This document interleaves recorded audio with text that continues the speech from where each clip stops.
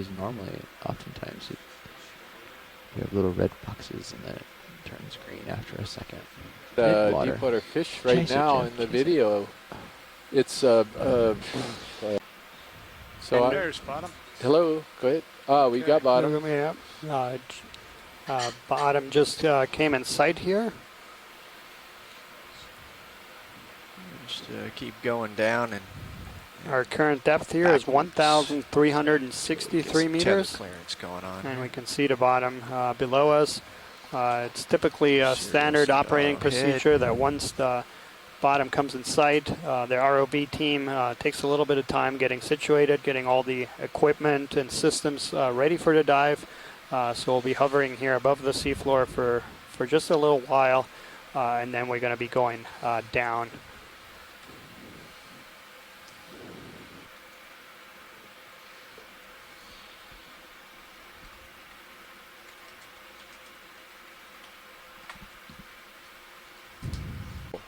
And we just need to get some guidance, given that there's only 2 possible. Looking good on that hitting. So at the appropriate time when we're settled down and you get a little bit better. I think the best thing you think that would be good? Do you see the one that I think that would probably be better. I think you're just in manganese. Remember, a seamount this old, the manganese crusts are 10 to 15 centimeters thick. Yeah. Yeah. That's why there's no critters. Right. Well, you can even see the crust on this very large sort of a boulder, or it's maybe part of the substrate that's in there right now. That it's clearly really thick. Yep. And Michael has just There's chimed. probably a rock inside. Yeah, it's somewhere way down in the middle, and I wonder if we could zoom that little jellyfish when you have a chance to. That was a freebie. Zooming in. Yeah, it was. None of us saw this, I don't think. Full zoom.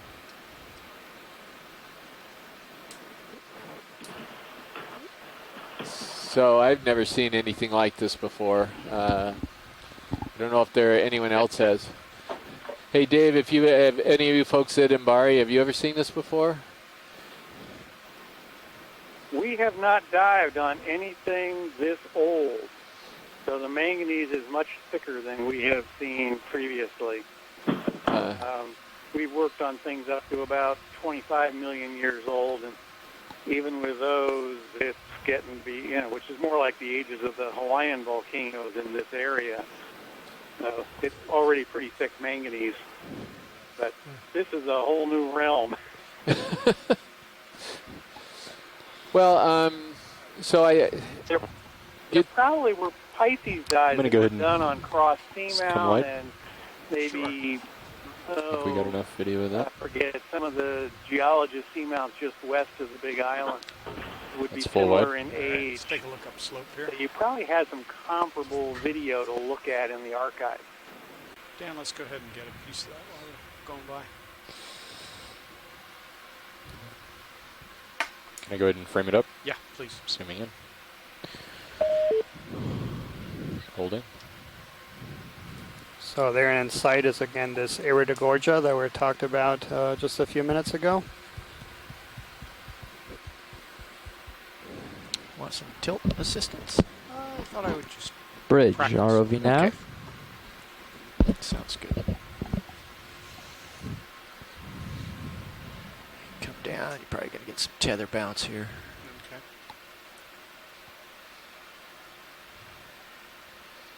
That might help. Thank you.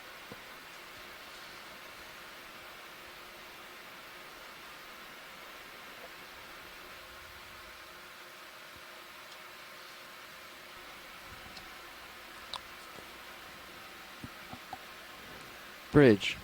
This is the ROV navigator. When you're ready, I can give it a bit more zoom. So for those of Unless you you prefer to hold it. who are just tuning in here, we're Sure. on a seamount that's only referred to as Bank 9. It really doesn't have an official name. It was only completely mapped just last spring aboard the research vessel Falkor that's operated by the Schmidt Ocean Institute. Now I'm landing And Schmidt Ocean Institute was We can go in. basically set up by Eric and Wendy Schmidt to attempt to help forward advancements in marine research. And so they've actually got a marvelous ship. Sorry. And They- until no, I last didn't. spring, we didn't have a good look at this particular dive site. We on didn't your have tilt. any good mapping data at all. Tilting So down slow. thanks very much to the Schmitz and Bridge, the Ocean, ROV and Schmidt nav. Ocean Institute and the Falcor for providing the maps that allowed us to actually dive on the site this morning.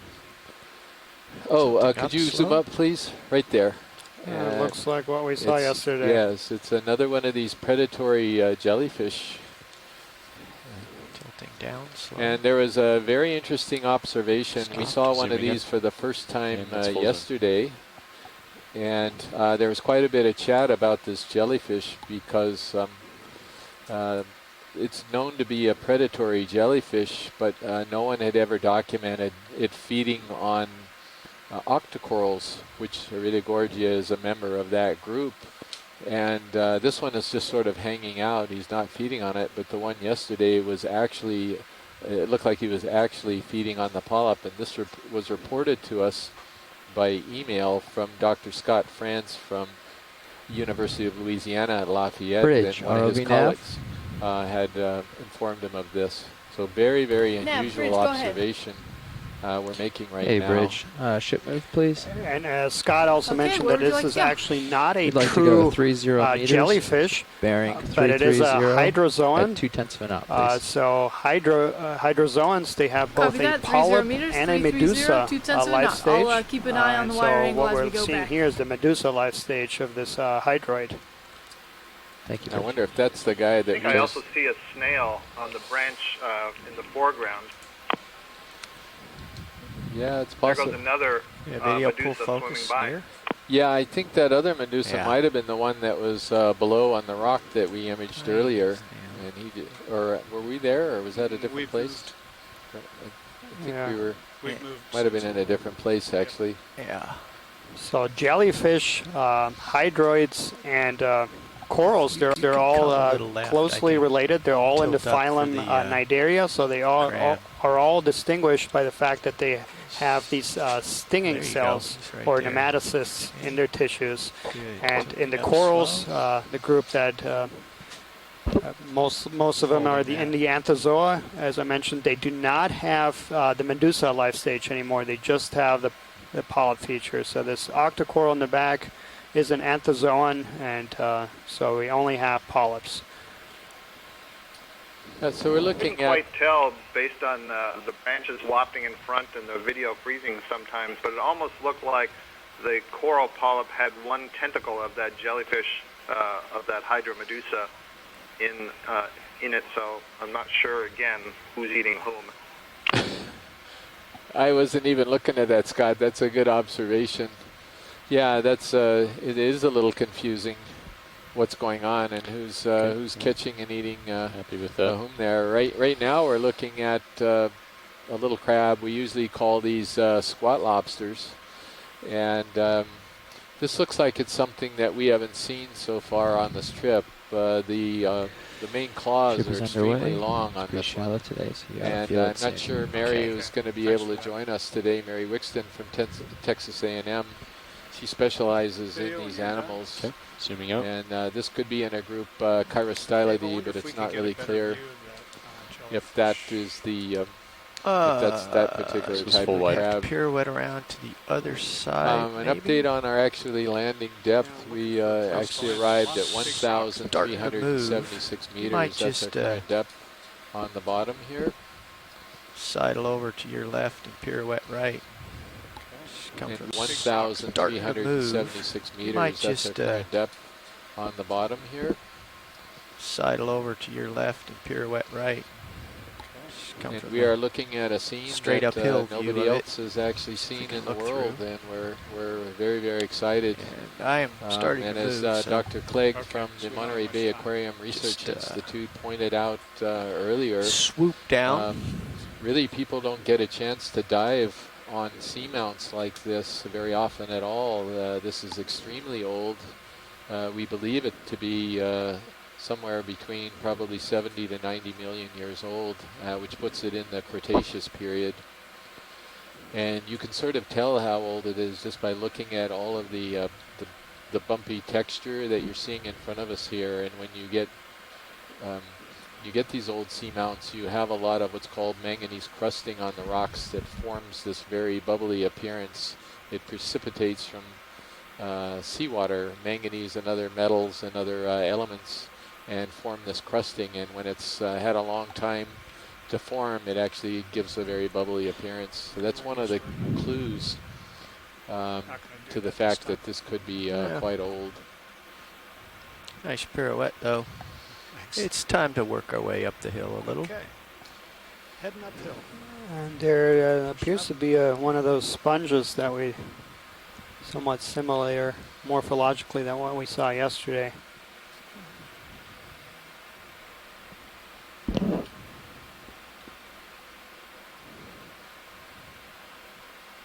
Watch lead, pilot.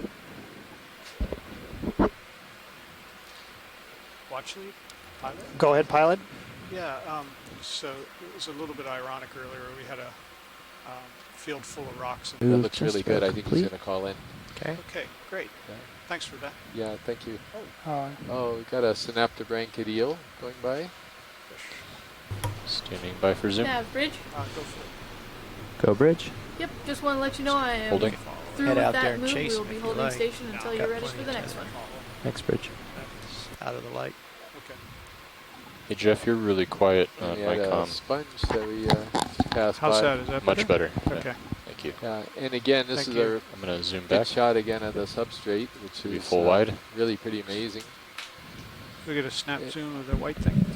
Sure, if you could please. It's going to be a And sponge. zooming in. I'm fairly certain. Just kind of sparse here. Holding. Nav, let's put in another move. Keep us moving. Awesome. Stick And, with 30-meter I hops. have a possible guess on the sponge. Bridge, ROV nav. Go ahead, Okay, Nav. we do. What can I do for you? I'd Thank like you. to move Uh, an additional 30 So meters. this, Full wide. this Bearing could be 330 something at that 2/10 we're knot, referring please. to as what Copy we that. think could be 330, Atlanticella, 30 genus meters, 2/10 of a Atlanticella, knot. but that's different than other ones that we've spotted.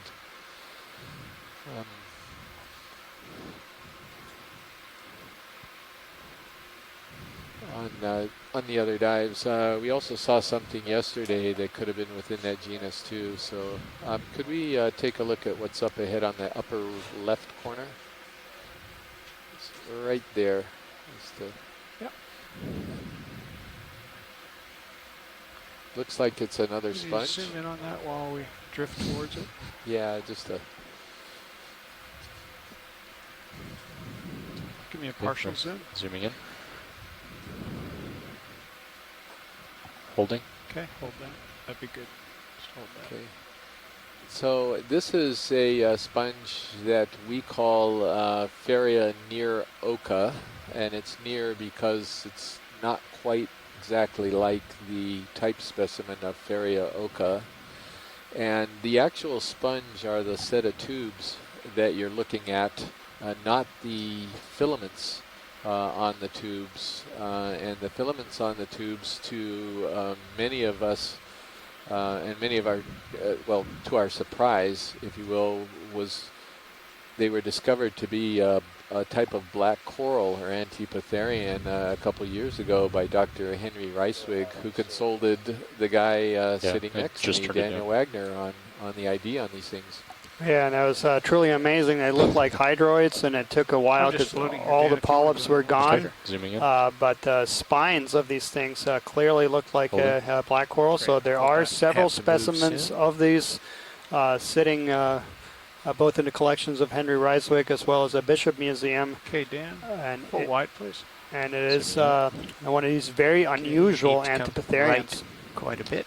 Okay, coming to the right. Full wide. I'm looking 300 degrees now. We're going to come right 30 Yep, degrees. that was a beautiful. Right, wait for the scan to come around. I'm looking So we have sort of a 305 now. mixed, I guess you'd call it sort of a consolidated substrate and Yeah. sort of a rubble Okay, let's start a new substrate.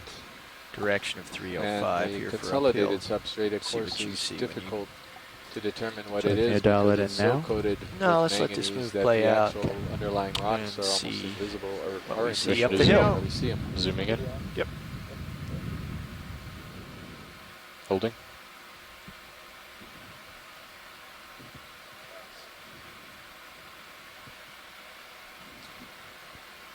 So this is a cutlass eel to our general audience, and I'm going to let Mackenzie take a shot at this if she would like to, although this fish is a lot shallower than the fishes that she's normally working on, if you can believe that. Okay. Zooming Most in. people Okay. work on shallower fish, not deeper fish. Holding. but Mackenzie works on deeper ones.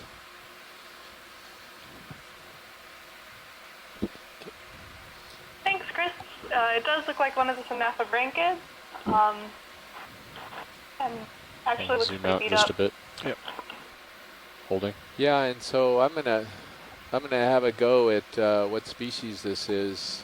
If you take a look at where the dorsal fin, that's the top fin on its body, even though it's very small, and where it lines up over the anal fin, which is the fin on the bottom, I do that then all the time. it's very likely it's a Synaptobranchus and perhaps Synaptobranchus affinis. Zooming out. Yep. It Looking has at you a fin 70 arrangement degrees. and the depth is right Full wide. for Okay. that Coming up. species, but it's Turn a guess. left.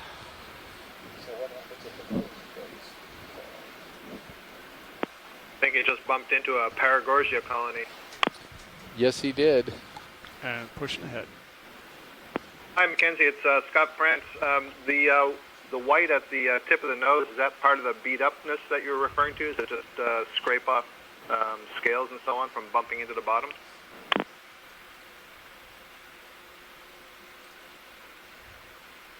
Got a little one right It's really Okay. fascinating, Standing Daniel. by. Thank you. Stand by. I was going a little Really fast for that. fast. Yeah, I Just a know. rock over Around. there, Dave. I'm sorry, I just hit just. Yeah, it's particularly fascinating because Okay, Dan. typically you Zooming think in. of other things living on black corals and not black corals living on Good other day. things. All right, that's very helpful because this is in the family Pharenematidae. This is in the genus Poliopogon, and so it's a fairly common sponge that you find down in deep water. It's not the thing you'd see in shallow water at all. It's a very deep water specialist. You can see some brittle stars that are living with it as well.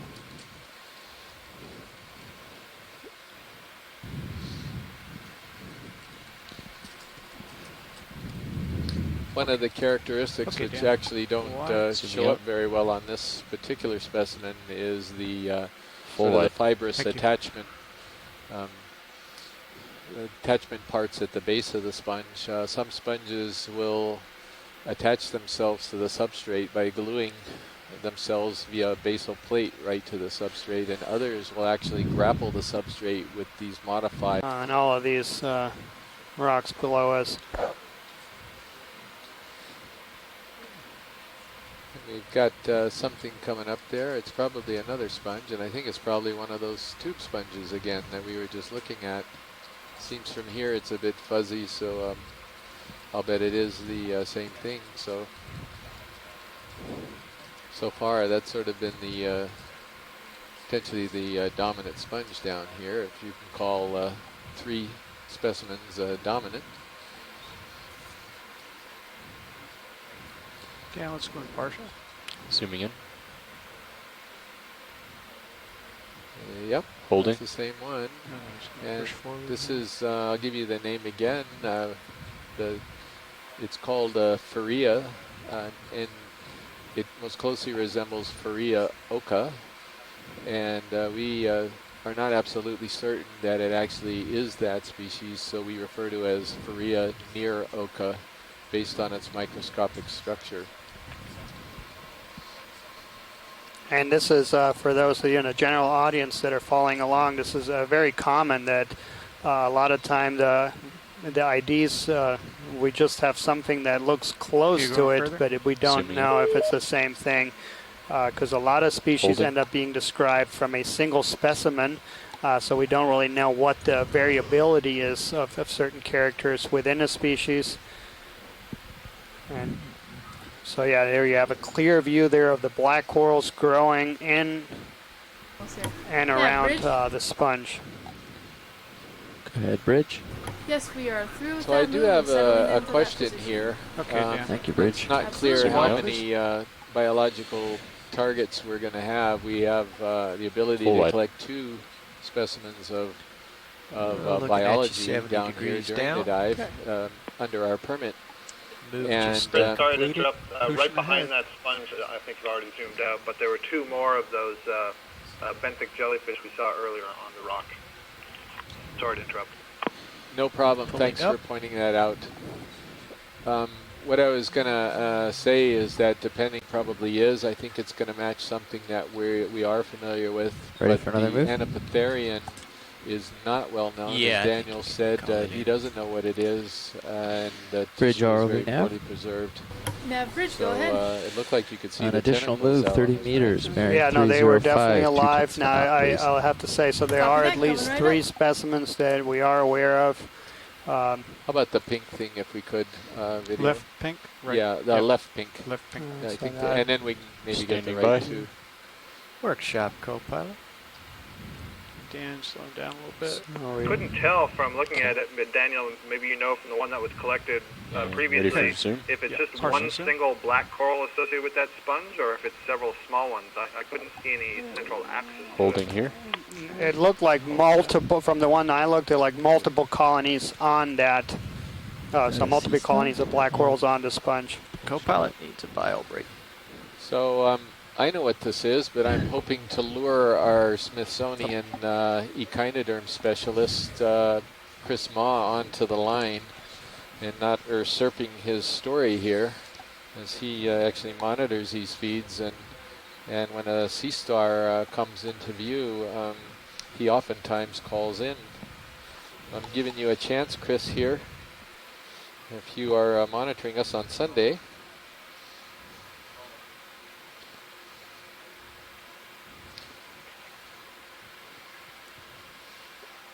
And he has a little bit of a delayed feed where he's at, so I'm going to give him a little more time. Can give you some tilt if you like. I can zoom in a bit further too. Yeah, just Oh, you got it. try and decide what to do here.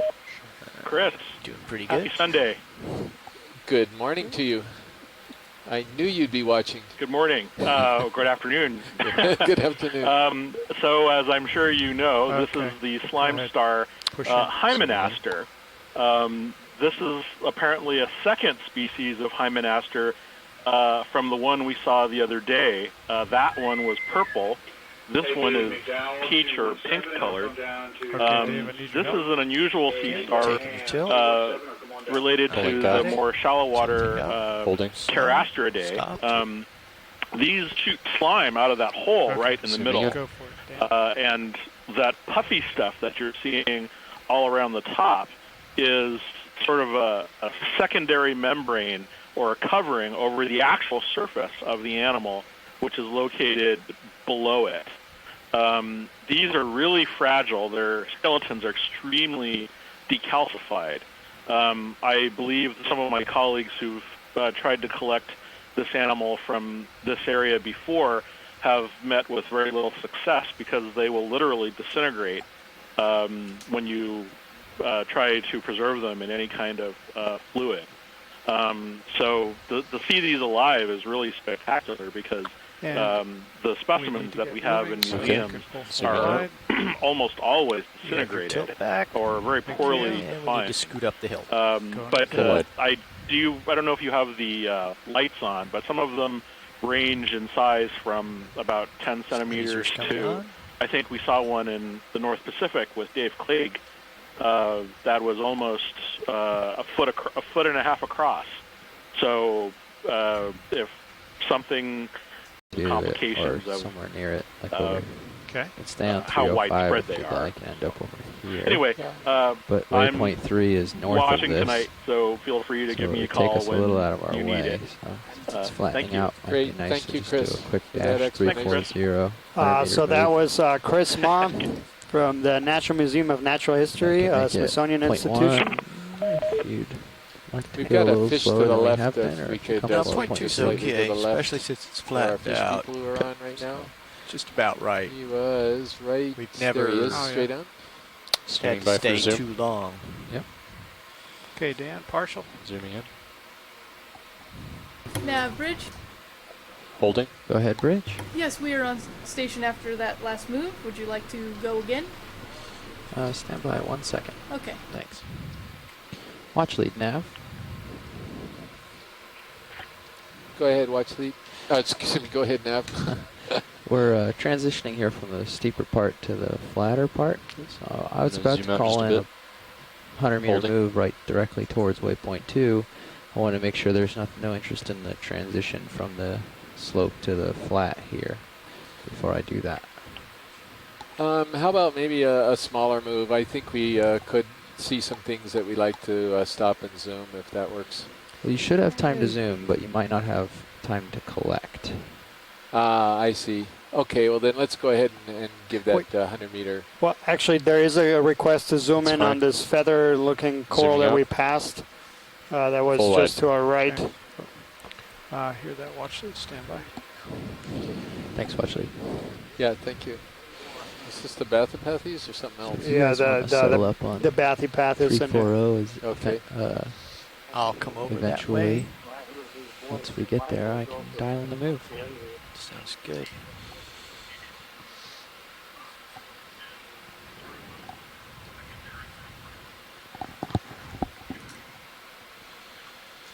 Workshop, co-pilot. It's giving us a nice panoramic view of the top of this terrace. So we have reached the top of the slope, and that was the information that the ROV navigator was providing.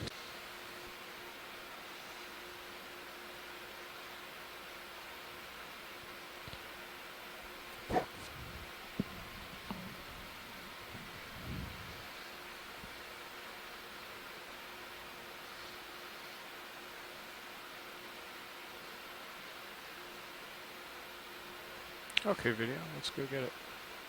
Zooming in. Good. Holding here. So this superficially at least looks like something we call Bathypathes alternata. I don't know if that'll hold up in the chat room or with Daniel next to me. Yeah, that's what we have been, and that's how it's labeled in the Hawaii Underwater Zooming Research in. Laboratory gallery. Yeah, So you have lasers on it there. alternate the pinnules coming full off zoom. in alternate fashion from the main stem, and Tina Probably Molodtsova is watching this very closely.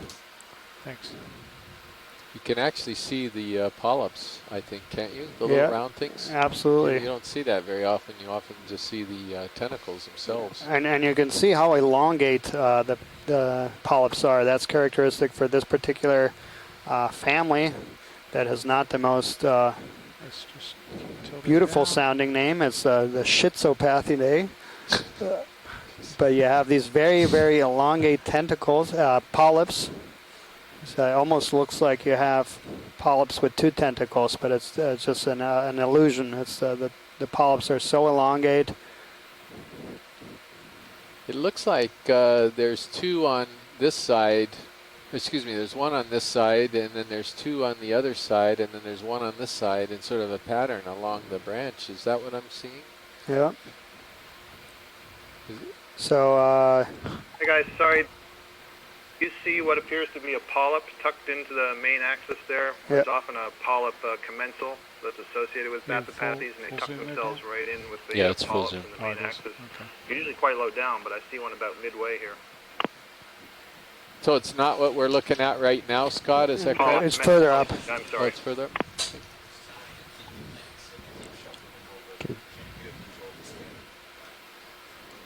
Maybe Just tilt me up a little bit. pilot, yeah, we could go up the stem just a little bit, see There what you he go. was talking Yeah, about. it's a little bit higher. You'll see a pretty dark patch, and I thought I saw some like trailing antennae or something.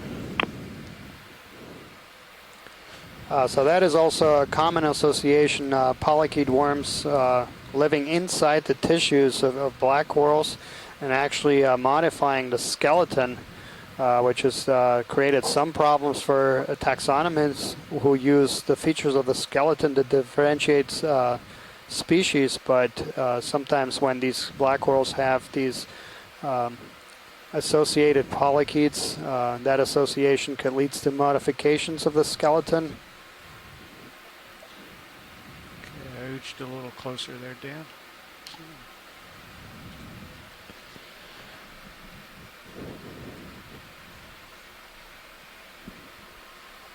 Tilt down a little bit, Dave. That dark patch Down was something slow. we were talking about.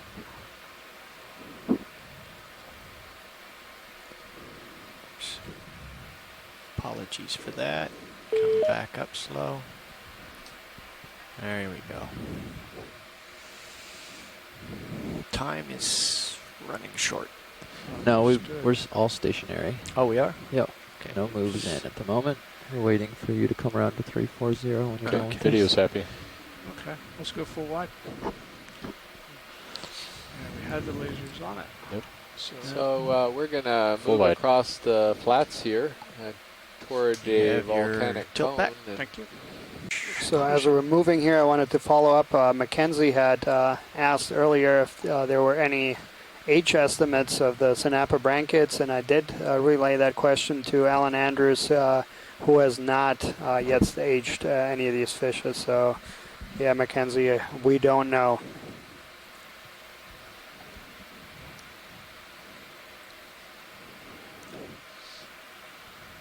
I think we'd call it moving. Thanks for Jeff. checking on that. I do have some otoliths from one, Coming so around we to could do it. 340. Yeah, and Under that. Could we look at this Look at ledge for a 317 moment as we now. come up to it?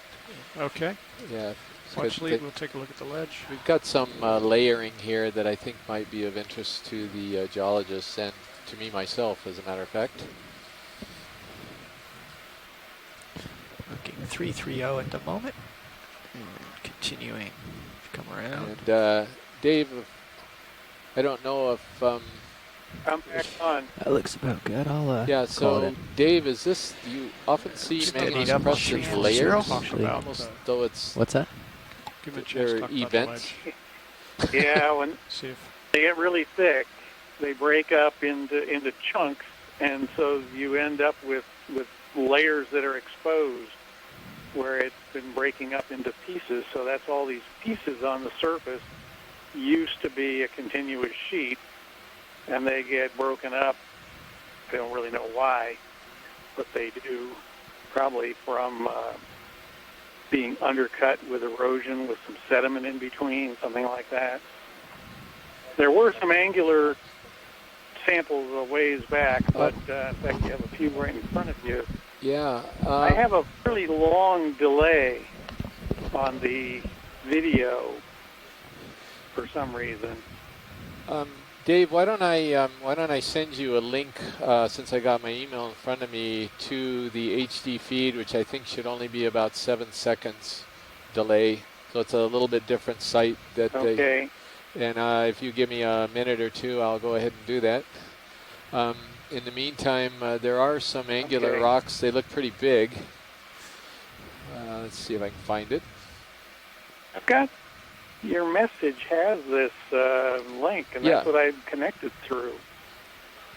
Oh, so it should have something like Extreme HD, something like that. Is that correct? Yeah. Yeah. Yeah. Well, then the delay That's is it. the delay is probably going to be about 7 seconds, I think, because the public feed is about 30. That feed is 7. I think it's 7 seconds, and then the ECC Internet 2 link is about 2 seconds. So you're not far behind us. So there's another one Okay. of these sponges with All the right. black coral.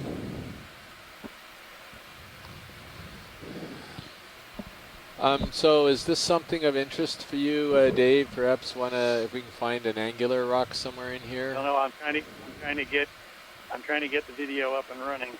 here, right? No, I think we're going to pass on these rocks. Okay.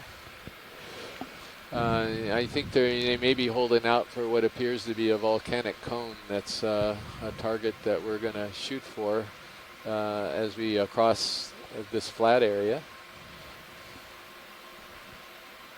Yeah, Mike followed up with he believes these rocks are probably sedimentary deposits.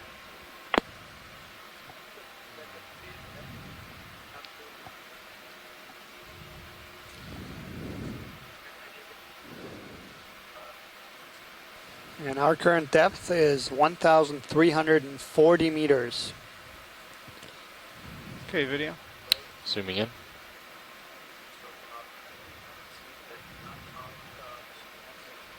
Holding here. Yeah, keep going. Zooming in.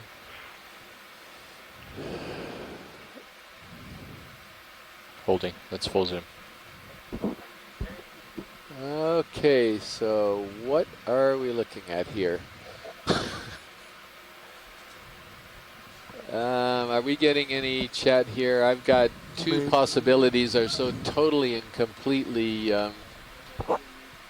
I think this is either a sponge or it's a stelasterid coral. I can't quite decide. And those are the two votes we've done on the chat. Is that right? I just looked over right now.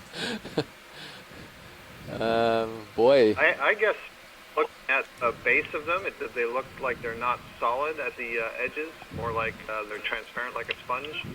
But it does look like there are calyces as you move up towards the tip, doesn't it? Yes, it does, and I can see very fine filaments coming out that look almost like maybe a stelasterid array, but then they could also be spicules.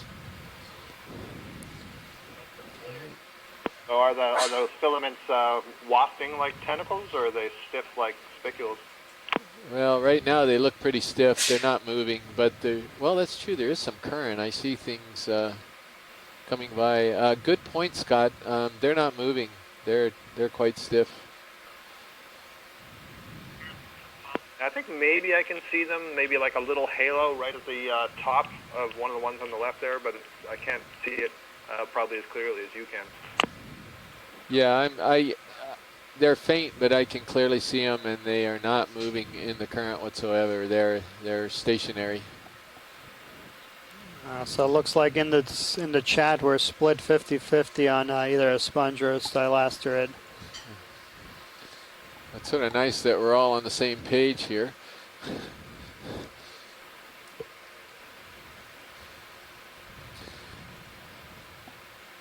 Maybe if we could go right just for a second, or a few others folks. on the rock to the left, could we get some different views if we pan over? Yeah, I was going to see if you could pan to the right briefly. I see some polyps right to the right of the screen, right on the edge. Come out partial, Dan, so I can move around a Zooming little out. bit. Holding. Great. We've got rock A little pit. gastropod down there on the rock as well. Yeah.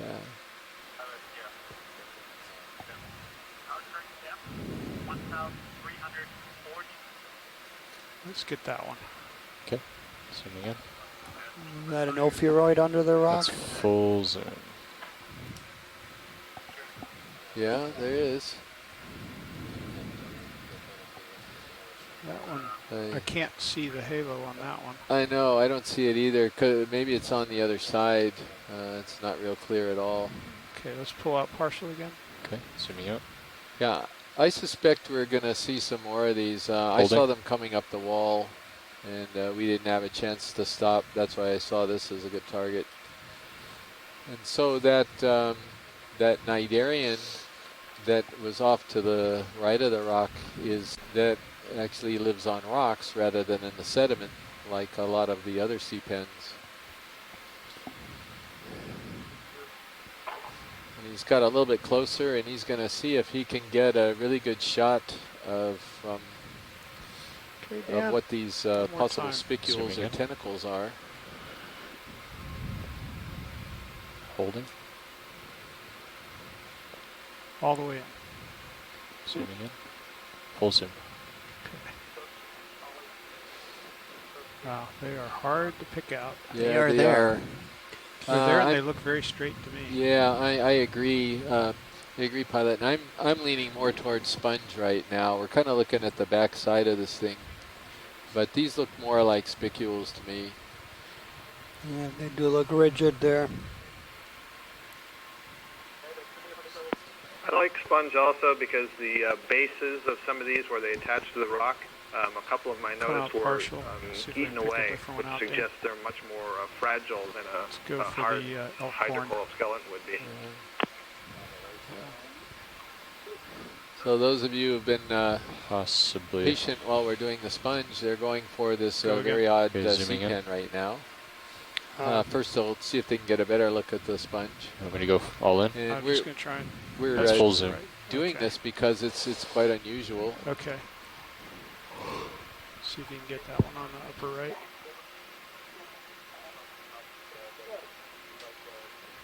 Are the lasers on? Yes, they Lasers are. are on. Can we try turning those off for a second? Sure. There you go.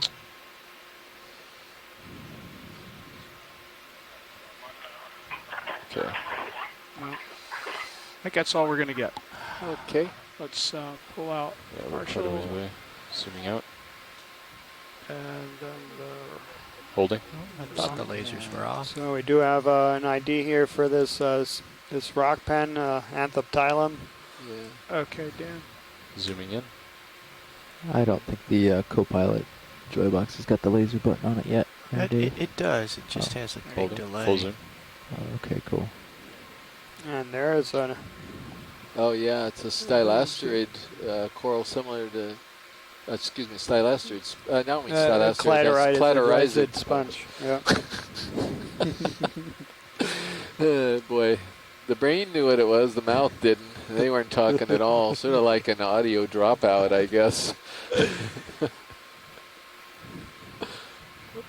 Too much. So that's the base of the C-pen, that sort of gelatinous looking ball at the base. And he's actually sort of just squatting right on the rock with that base. Can they move? That's a good question. They probably can.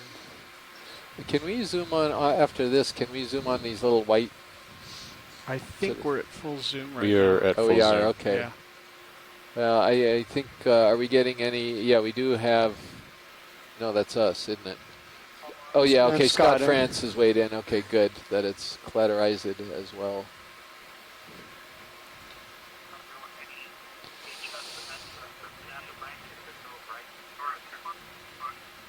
That's a Zoom out. beautiful shot. Frame it. Nobody's changing our current ID. Looks like we all think this is Anthoptylum, Holding. the genus Anthoptylum.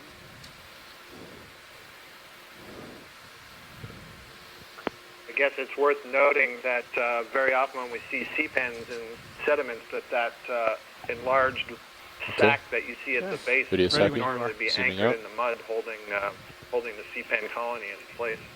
Holding. That's why these are so Full light. interesting as rock pens. And so you can see these white things are growing on a number of the boulders and things that are on the bottom. So there were a couple questions here in the chat room of how far we are from the top, and I'll go ahead. We can ask Nav that question. Nav, could we get an estimate to the top of the volcanic cone or It's cone getting structure? stretched out. Oh yeah, of course. Volcanic cone is right around 1,200 meters. Our current depth is at 1,340. So we're about 140, 150 meters to the top. Nav bridge, we're moving. Vertically. Vertically, are you wondering how far we have to move across the... While he's doing that, I'll update our, it's called a fleeter mouse display here as well. This is image of the seamount, that another type of image that we're looking at to see where we are. current depth 1,337 Oh, I stand meters. corrected, 12.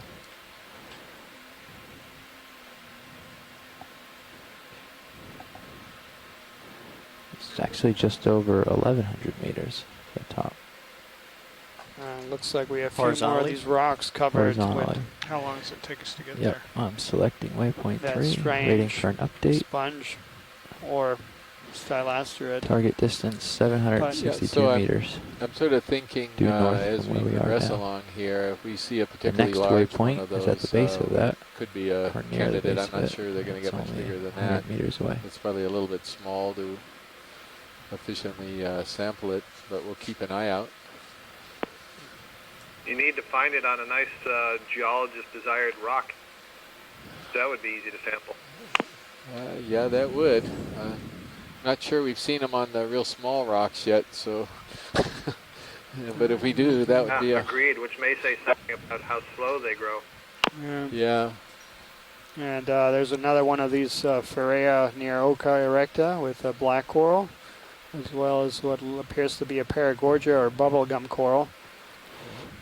It's got a brittle star in the middle of them, as they commonly do. To get one, but this one is. Okay, Dan. And Let's go in partial. we have viewers, I think, from the Maui Ocean Center on Maui. It's Partial a holding. aquarium over on the island of Maui. They're displaying the live feed this morning in their deep cave theater. Zooming in. So welcome to all of you who may be watching at the moment.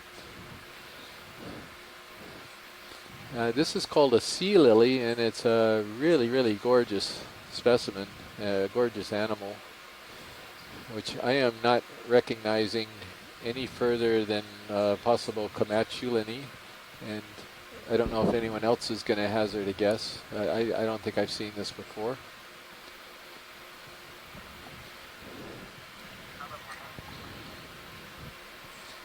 And it's got, looks like it's got 5 arms. You can tell it's a crinoid. You can see the little cirri on the bottom of it. This is how it hangs onto the bottom. Ship's about 20 meters in that move. You ought to be feeling it.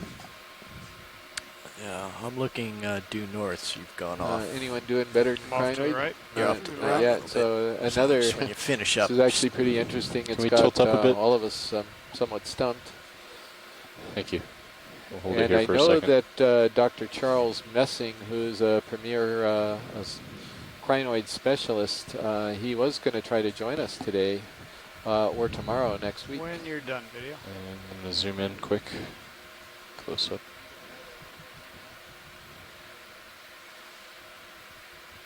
Yeah, you can see the There's- feet. Yeah, you can see the feet. You see something right on the top of him too. That little tube sticking up. It's got like an extra polyp. Okay, Dan, we need to be thinking about going. All right. Zooming out. Pretty stretched out. That's beautiful. Thank you very much, Pilot. I appreciate it.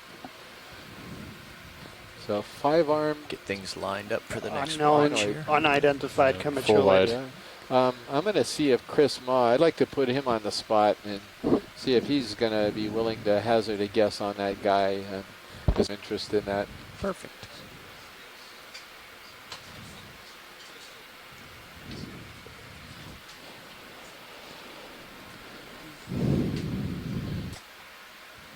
Yeah, so far on this dive, we haven't seen the density of animals we have seen on previous dives, so we'll see how that changes as we move up the slope.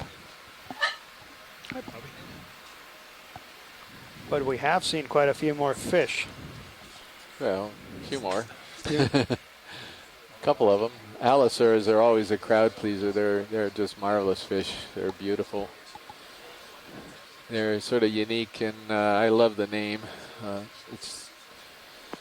Can we zoom on the stock as we fly by? Scott, we are setting down to get a picture of this. I knew there'd be interest in it. I would agree. Yeah, that's what it looks like to me. Watch lead. We're having a pilot change up here, so Tara, will you go ahead and zoom in on that, and we'll just sit here for a moment. Great. Sure. For those of you who didn't copy, we're going to have a little change out in our ROV team here while we're sitting here. And so we'll be paused for a few minutes.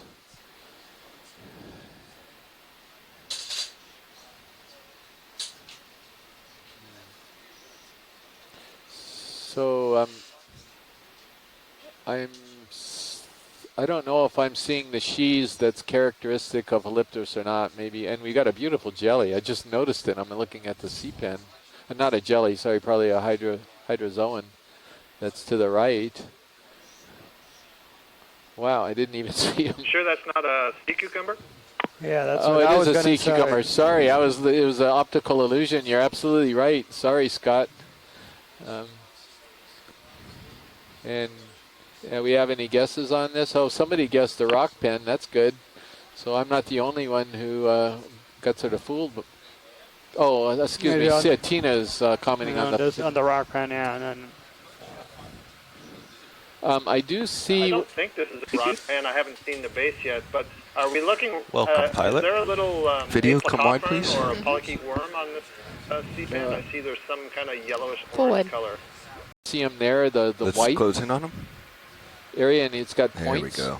Yeah, there we go. Pilot, just so you know, we're in the middle of a move. And at yes, point they 2. do have the sheaves, so I would probably go with let's change Holypteridae, focus, the 'cause I family have to go in about Holypteridae, 10 and probably seconds. genus Holypterus. Can you grab the critter on the rock? Yeah, I think Yep, of that's very course. reasonable. The There orange we yellow go. thing I'm talking about is just above the view you're looking at now. Unfortunately, it's time for us to go. No problem. Thank you, Pilot. Pushing out. Sorry, Scott. We stay. looks like a Brazingid there. Oh, no. Have you noticed sometimes when you're in And, the hydraulics page, another one the of valve these packs don't sponges, show up? the furry Yeah. is. Is that a I think that's because that's the secondary screen that you have to kind of refresh it. I see. But yeah, it's a little glitch. Okay, hydraulic RPM's coming up.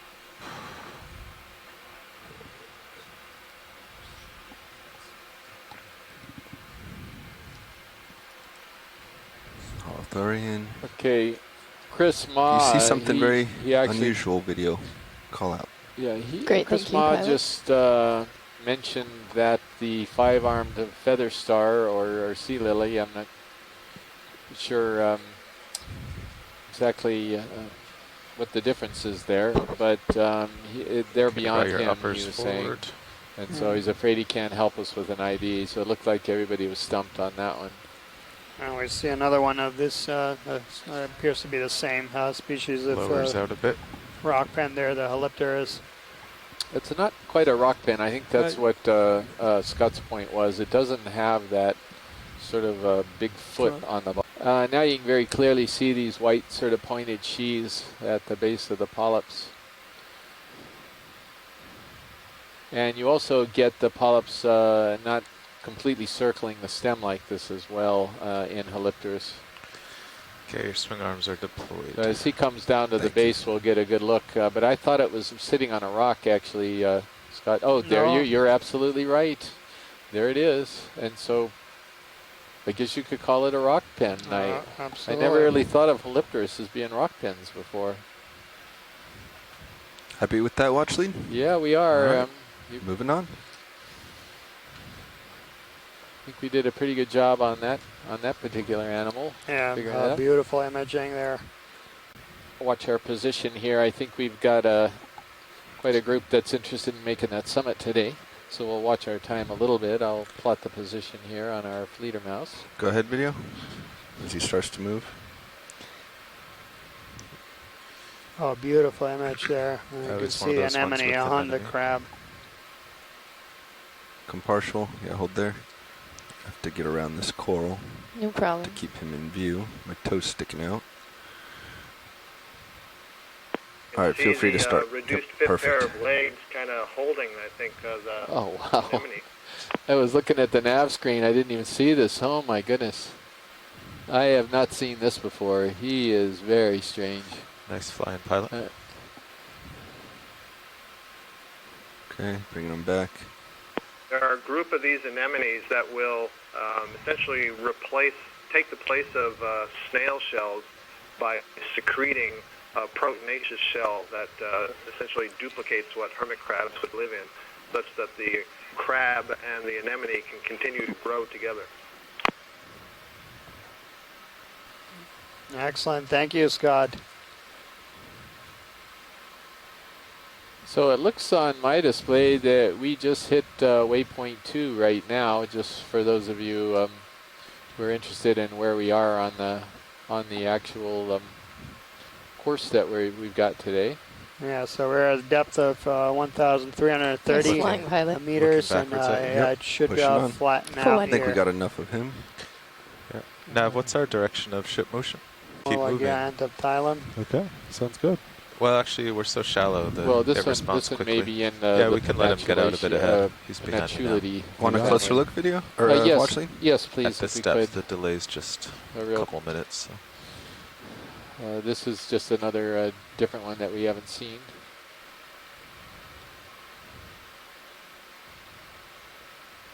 Go ahead, video. We're seeing the. Wow, that is amazing video. Carl, I think you could bring a swing arm. The uppers are Yep, deployed. and a Chula-like. Yeah, but those arms You are want me to bring it? They're slow anyway. pretty amazing. These flattened I always arms. like to keep one in and one out for that reason.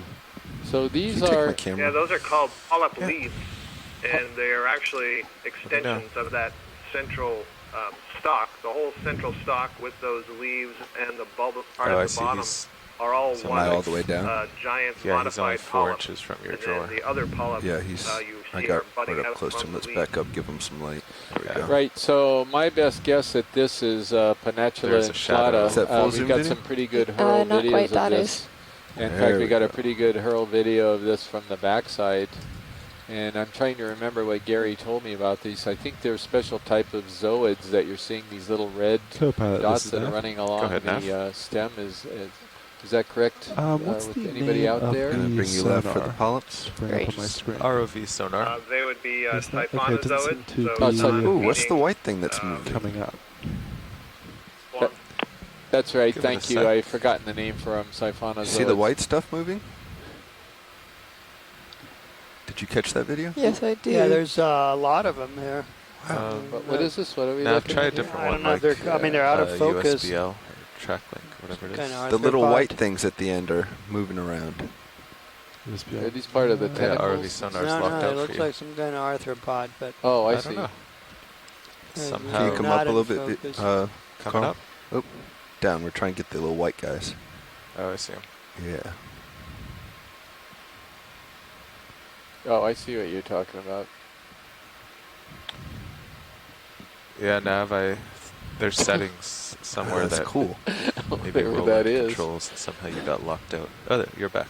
Okay, yeah, it was That's neat. All right. Well, I think I need to come. ROV sonar. I think I need to It get must moving. be little copepods with egg Do I have sacs, time for an paired egg establishing sacs. shot? Yeah. okay. Just I hold mean, I this could for see just a few legs. seconds. Great. And it's time for me Right. to move on. If it stopped, I just was going to wait for you to get out ahead. Yep, pushing out ahead. Okay, starboard valve. So these look like manganese nodules on the seafloor here. Either that or manganese coated small pieces of rubble.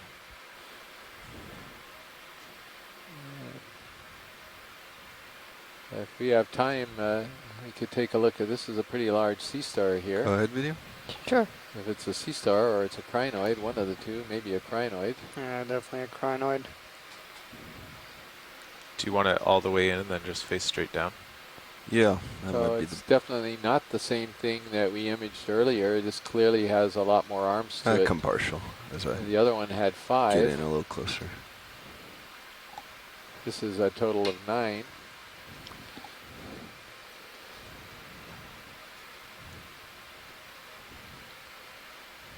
Yeah, all the. And there's an ophiuroid right next to it. I think there might be one behind it as well. Go Yeah, ahead, and video. underneath it, yeah, there you go. That's full zoom. Yeah, all the particles are from me. Watch lead. I was moving to get out front and left a pressure wave in front of me as I stopped. No problem. Yeah, that's good to let people know that that isn't sort of a natural bunch of particles coming in the water. No, that's from taking a 9,000 pound vehicle and bringing it to a stop. No, that's pretty easy, So that, isn't it? dark wave structure there is the It anal is, cone but if the that's of any water interest. continues to move. That's for sure. Yeah. Sorry, Scott. What was that again, please? What is that structure? The cone on it? It's the anal cone. Oh, got it. Okay. So on these animals, the mouth and the anus are on the same side, basically next to each other, but the anus is raised so that the waste is moved away from the Let's mouth. stand here, actually, video. Yeah, look at that orange. It's beautiful. Nice job, video. So do we have anybody weighing in on what You this also is? see the pale, swollen things in the base of the pinnules. Again, those are the gonads. Excellent. So it's clear that we need to Let me know when you're happy, video. coerce Charles We can Messing to establish join it and this, You got it. this be chat happy here. Position. and look at this video because he probably has a pretty good idea. He could probably narrow this down quite a bit. Thank you. Yeah, you bet. Gonads. Excellent. So it's clear that we need to Let me know when you're happy, video. coerce Charles We can Messing to establish it join and this, You got it. this be chat happy here. Position. and look at this video because he probably has a pretty good idea. He could probably narrow this down quite a bit. Thank you. Yeah, you bet. Let me know if you need a few seconds Yeah, more on that's anything. such fantastic, Copy that. exquisite image. Yeah. You know, he might be in tears watching it. I don't know how well he'd be able to speak. Right. Okay, your upper starboard is all the way in. If we get too much glare, I can move it out a bit. Awesome. Thank you, Carl. I think that really helped. Continue moving to the north. Pilot's happy. All right. Is it So okay we're if we sort do of moving 100 across meter what It's appears to pretty be flat. a Yeah. bed of I always said manganese due north. nodules or Copy. manganese-coated rubble on the top. This wasn't a surprise, I think, to anybody. You often will find this type of nodule on these very flat top seamounts. Given the number of these helipteris we're seeing, Bridge, I this really is have Nav. to believe that there's quite a depth of sediment here, and it's just Good, Nav. kind of a Can I dusting get a of 100 cobbles, meter pebbles, ship or move some due north at 0.2 knots? Yeah, roger that. Stand by.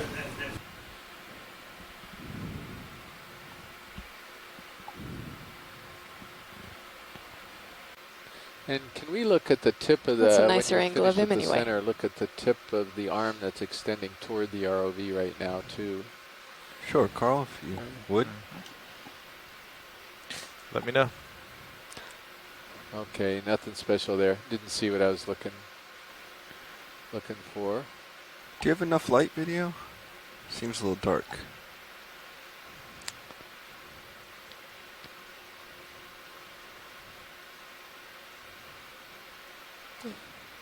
Yeah. The light's really nice from the Okay, ROV so right we now. all remain clueless on what this There's a crab particular crawling across species by your is. skid there. And we can clearly see the rocks that we were talking about earlier. If we Let's could come get a wide. focus on the rock just for a second, right there. That looks familiar. Is it the same one? Got the anemone on the rear end.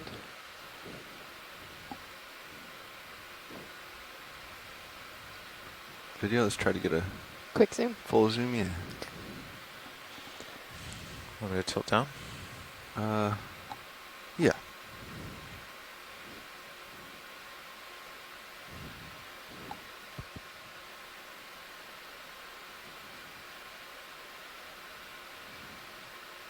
Yeah, this one's actually cooperating here very nicely.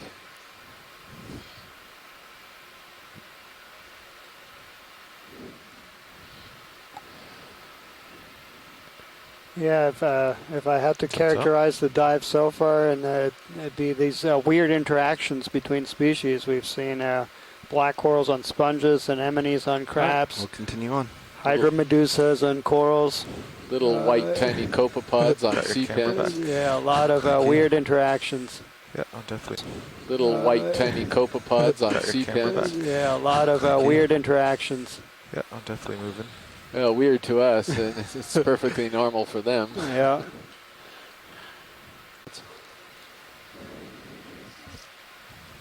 More of those little white stick sponges.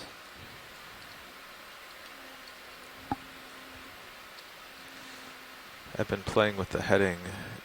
You always seem to slide off to the right for the past week. So I've brought it 15 degrees to port of what it should be, and now you stay in the center. Yeah. Go ahead, video.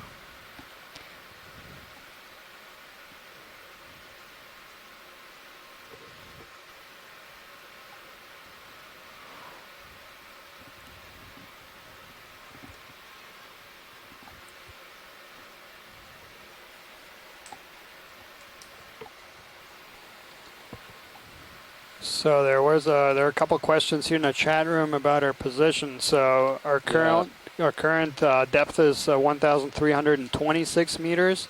We have arrived or passed waypoint 2, so we are on the flat.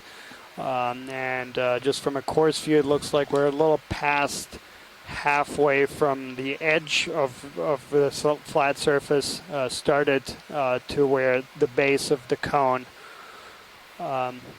And Chris has taken a measurement. It's about just over 600 meters from the top of the cone. Yeah. And maybe you can get us how much we've transited so far, just to get a... Nav, watch lead. Go ahead, watch lead. All right, coming on. Yeah, the Indians are getting a little restless here just because we're stopping with there's so many beautiful animals to see.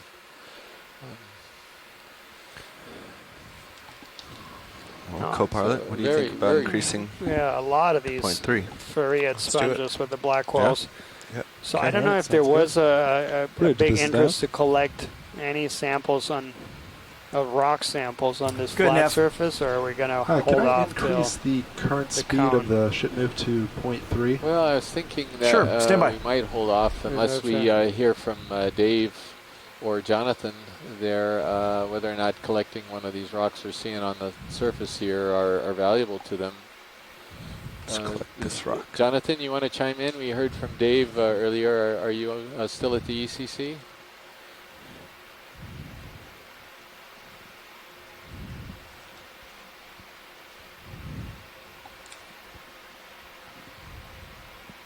We may have lost him. I was sort of waiting for one of the geologists to, similar to the way Mike Garcia was doing for the last few dives, to sort of remind us when he's in an area. Yeah, Bridge, speed's been increased. Thanks, Bridge. And round rocks all on the flats here. And you were just about to speak to us anyway, so please go ahead. The angular rocks are probably they have had less time to become rounded, but also the manganese crusts around the rocks end up giving them the more rounded shapes. Here, video. So it could be indicative. Yeah, let's do it. Excuse me. It could be indicative of the Sure was shiny. relative Paint age can, of the rocks. Oh, 10 centimeters. No, that's a tin can. Roger, well, so the more angular... Lost the label long ago. Yeah. The more angular ones would be younger than the more rounded ones. Yeah, so Jonathan, if we find an appropriate sized angular rock here, is this something that would be valuable for you? For you guys, you geologists, that is. Yes, I think so. Any of the rocks that you guys can pick up would be very valuable. Yeah. Well, we had Mike chime in, and he was concerned, as was Dave, that we're looking at a lot of manganese crust here that just broken off. But is that still the case here, or do we actually have some rocks that might have some basalt in the center of them that would be useful? We actually have. I would agree. We shouldn't pick up one of these rocks. Oh, there you are, Mike. Okay, Mike's holding out and seeing if we can find a little bit better hunting grounds, and we are getting into a little more of a boulder field.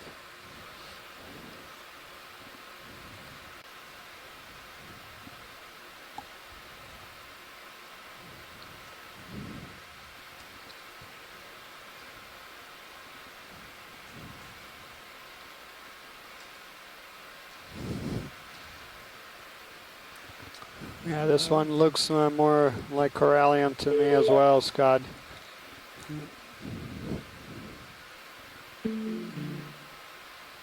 Love the crinoid perched on top, hanging on with its theory. Yeah. Oh, hold that for a minute, Pilot. That's That's really a- nice. As well, Scott. That's a darn good image of that crinoid. There we go. And it's yet another species that we haven't seen today. It's yet another species that we have to see. I'm going to come just a little wider so we can get the feathers. I think someone on the conference line has their live stuff.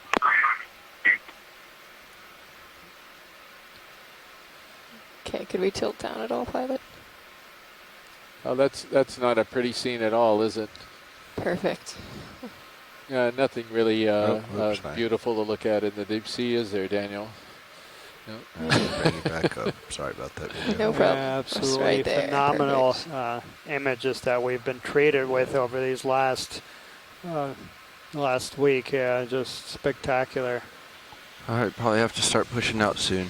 No Yeah, problem. Due to our increased speed. Yeah, thank you. We have comments like the you very crinoid is amazing from Diva Amon. And Scott's Appreciate going the to quick nab imaging. that for a screensaver. Right. Unless it's a easy rock. Sure. Oh, I understand. Well, given that the geologists are not particularly interested in this group, then it probably works out to cover ground better. Perfect. We will continue. Okay. We've got a nice anemone going by. I'm going to move your lowers around to see if I can get rid of that flare. Upper right? Not sure. That looked to me like it could have been a sponge in the genus Walteria. So pretty familiar with that sponge. They're fairly common here in Hawaii. They're kind of an elongate stem-like Bridge. type of Ship move sponge completed. with Thanks, spicules Bridge. coming out of their sides. So pilots, the ship move is complete. Would you like another one? Another yeah. one of the String it on. Ferrioca. And It looks like it's going to be getting a little unbranched, steeper. Do you want to keep acidic. going at 0.3 or decrease to I think they're 0.2? bamboo coral. Slow it down. Yeah, let's Or slow to maybe, 0.2 for a yeah, moment. I don't know. How about a 50 We could take a meter look jump? at it if we Looks have like it enough might time. be a crab. See if it, and then we've got a coral colony in the background. I don't know how close we're going to come to that, but All I'm right, sure that would be video, we're going to try something here. Great.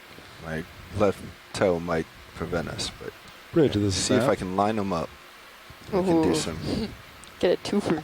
Good. Maybe the first Can or I get a maybe ship the move of second 50 meters due bamboo coral north that we've at seen 0.2 today. knots? It's a great contrast to what we were seeing yesterday, where Stand by. bamboo corals were certainly dominant. Yeah, I think this is the first. Well, you're right. I think we might have passed one earlier when we had to go, so this might be the second one that we've seen. Okay. I think where we landed, there were maybe one or two in the distance. Ship move initiated. We're rolling. Thank you. That was a little too far, sorry. Co-pilot. Another one of these really long arm zoom on the crabs crab. there. Do you in mind the background that going we out a bit on imaged high pack? earlier. I haven't actually Yeah. seen the Absolutely. seamount today. So it does steepen up a bit. Yeah. What's we'll the hit a distance, if you little measure the bump. distance between like 3 of those 10-meter contours and the steep part, what is Wonder that? if we could get a focus Hold on my mouse that is going after bamboo. it. Yeah, Okay. thank you. Measure from where? Just a few of the contours, get an average Coming left. horizontal measurement. Nice. So it's about 16. Okay. This sponge black coral is Yeah, so between fascinating. 15 I and don't 20. believe we've seen any black pretty steep. coral that's like this without the sponge. And I'm not sure that today we've seen this sponge without Thanks, the Nav. black coral. No So it seems to problem. be a pretty consistent association. It looks like the top's about 11. Yeah, I mean, we have seen something similar of these sponges without the black Come on, corals. try I believe I've 11 seen that in Play as you would museum like, video. specimens. Try to keep you here. But yeah, I Yeah, have this is never seen gorgeous. this black coral without the sponge. All right. The terrific view of We're getting a quick establishing. of the whip. A little We wider. can just, I see a node there right near the top underneath the polyp. Did you get one? Were you able to track between the two? We have I some did a time if you bit. want to. Oh, sure. Great. Play with the back and forth. We'll always take one at a time.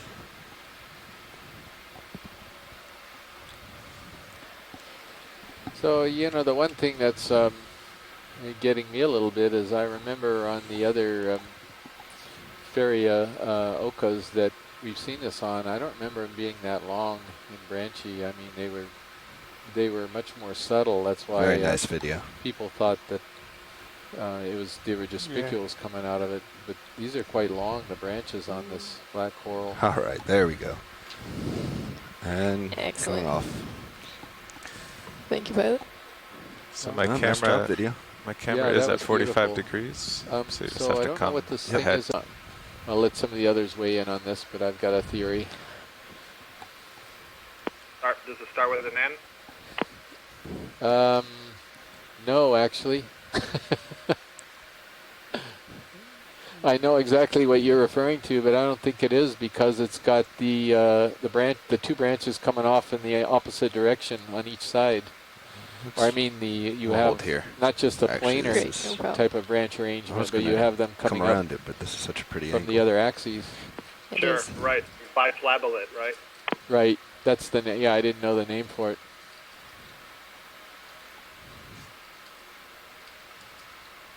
So I was going with something that began with a C. Well, I'll go ahead and say Norella, and you can go ahead and say your P. Yeah, I was going to go with Calyptophora wyveli, just based on that branching structure, which is characteristic of that one. But, I think that's great, Chris. I think you've looked at more Hawaiian primnoid photos recently than I have.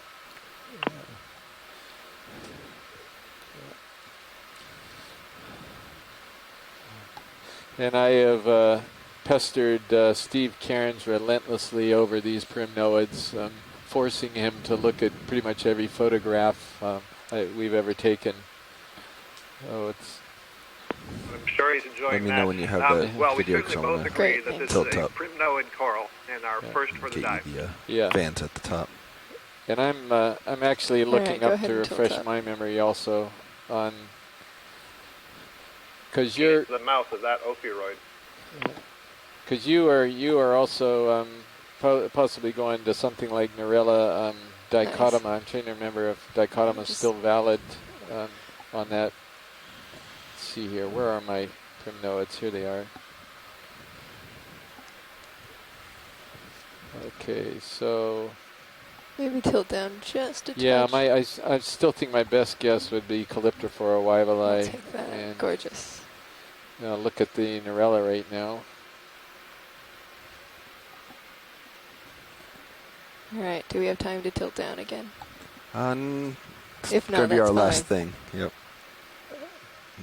You have enough time for one more video. All right.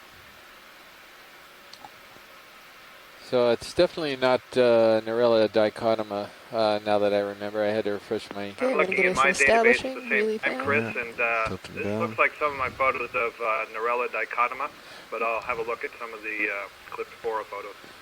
Yeah, the And ready to dichotoma go. typically doesn't too. This is a Walteria. It's got a framework. It typically forms a cage. So we've got these video out on these spicules coming out the sides, and the reason I brought this up is you see the animal inside. They almost always have a commensal, and sometimes that commensal is trapped for life because the osculum on top will completely close down like it does in Walteria flemingi. You want me to take the camera? Yeah, if you would. Standing by. So this is one of those twofer type of shots where you Come get down the just a sponge hair, and the get that commensal. shrimp. Great. There he is. And yet Seems again, to one interesting interaction between two animals. Yeah, and Steve had noted it's a hexactinellid, and the genus Walteria is indeed in the hexactinellid group, Get that a class of slightly sponges. wider shot. It's got a fairly large osculum on it, so it's not clear to me whether it's Fleming eye, but I think it is Fleming eye. Right now, the only thing we know is that there's two groups, one of them that have a very mesh type of structure to the framework like that, and another one, Walteria near Lucardi, which has a much more silicified bunch of spicules in the frame and looks much more dense and solid. A nice unbranched bamboo.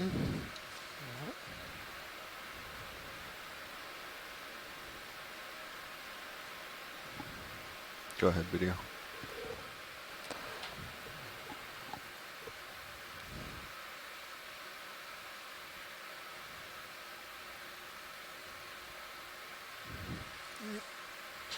And Scott just mentioned that he's looking at some images of the Calyptophora wyveli that he collected, were taken off Oahu and looked very similar to the colony we just imaged a few minutes ago.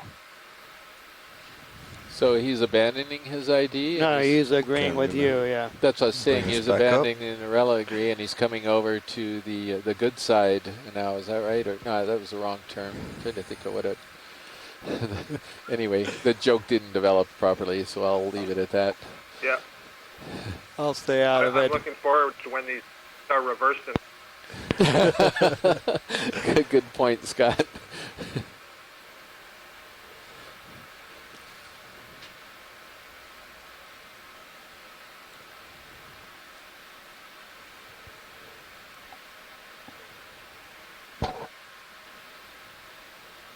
Once we let it go off screen, I'm just going to have to No problem. move on.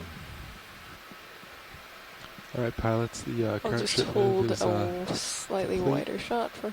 It looks like we'll be entering territory of about 30 to 40 degrees. Would you like to keep doing 50-meter jumps, or would you feel more comfortable at 30 meters? A little update on our... That part, and now we're moving over to a little cone. Good. That's We expected extending a to ship the move southern of part of this 50 meters. flat Due top north seamount at or 0.2 Giat. knots. Stand by. Yeah, perhaps we could take a look at the sponge as we pass by. This is going to be in the genus Bolosomini. Bolosoma. Yeah, Bolosoma. Excuse me. Yeah, Bolosoma. Before I lose it, video, let's snap zoom. Move initiated. Sure. Thanks, Bridge. Oh, very good catch. We got a...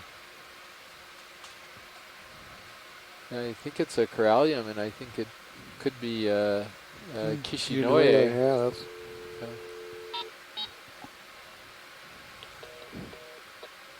Better check the email here. People may be trying to... You'll have more tether in a second. We are on the chat, but we have lost the conference line. We're working to reestablish it. So we can already see the density of corals increasing. Okay, video. Snap in.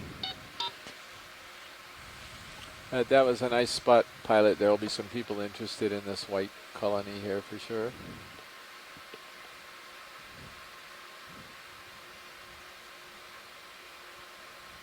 Hopefully we just lost the audio and everybody's still seeing the video. We're getting a close-up of really interesting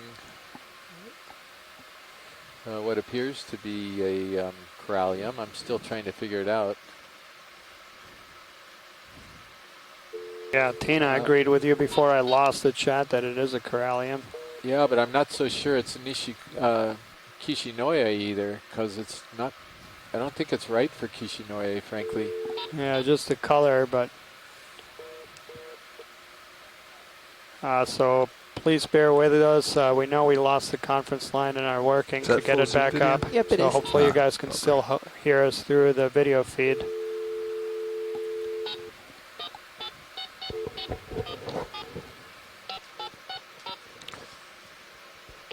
To hold a full frame.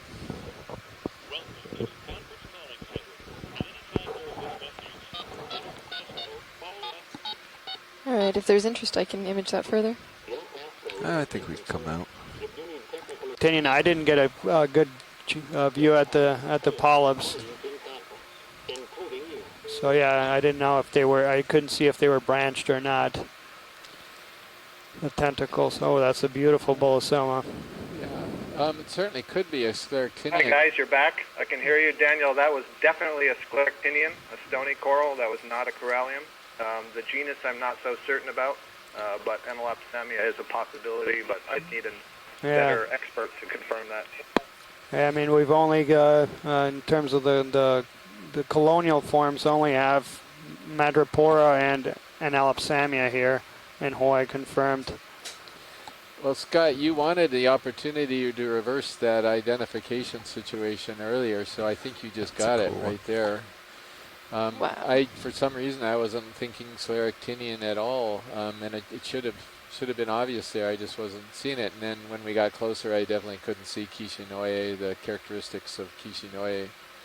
So good call. Thanks for the correction. When I said reverse, what I meant was on leg 4. Okay. Well, this is a beautiful sponge. Let's talk about the sponge. Yeah. Yeah, that's an all right Hold shot. this for a Can we moment. get lasers off at some point? Lasers coming off.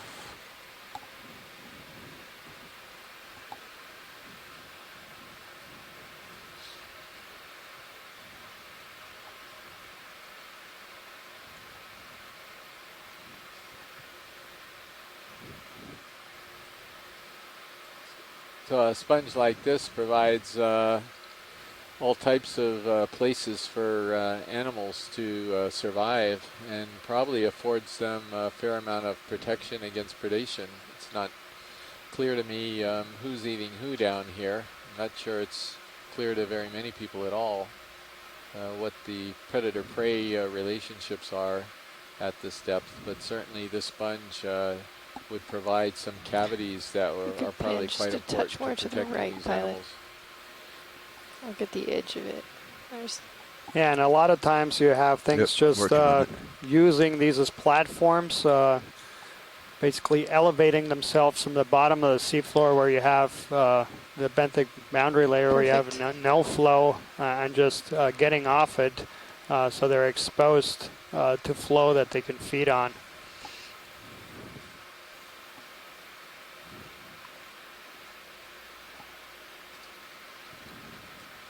And when you're done, let's capture the bowl again. Make sure we have 20 good seconds for video. absolutely. Quite likely that there's bacteria and other perhaps protists that are growing on the surface of the sponge that some of these organisms may also feed on. Yeah.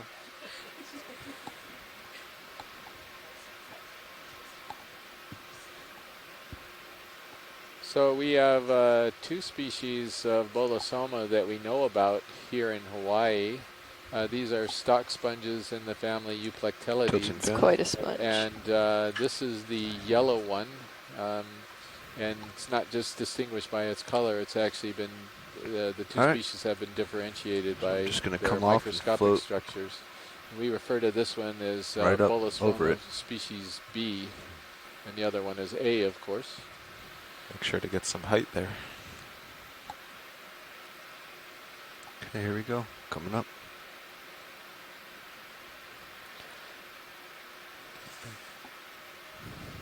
Okay, I just started to leave you behind.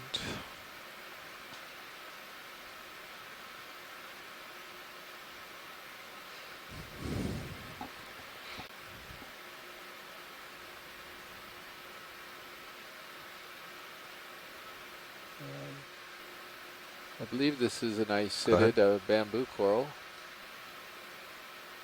And if we could look at a branch point real quick. Carl, right please. where the junction is. Right there, that's perfect. So it's not branching at the node, it's branching right above the node. Hopefully those of you on shore can see that. Settle that down a little bit. Let me know if you want to go up to a point. Scott just chimed in with keratoisis. Okay, there you go. Is that full video? Yep, that's full. Yeah, I'm pretty far back. One thing that's interesting on this branching, some of those branches are arising just after the node, but some others are arising somewhat midway to a quarter way through the node. So that doesn't seem to be a consistent character at least in this coral we're looking at here. Yeah, are you happy with that watch lead? Yeah, yeah, we all are. I think that was a Good. good one. Thank you very much for doing that. And, Sprinting it out. Just to update everyone on the position, we've reached a depth of 1,300 meters, and it looks like we're right at the base of the cone as we're coming across this Iridogorgia and a Paragorgia. Okay, moving on. Yeah, you can clearly see that the terrain has steepened up a little bit, so we are coming up the side of the cone. Oh. Let's do it. If we do try to get to our Bridge, this final is Bev. waypoint of the day, which is at the flat part of this little peak, we have another 500 Good. meters to go. Can I get a ship move of 50 meters due Great, north thanks, at Phoebe. 0.2 knots? Stand by.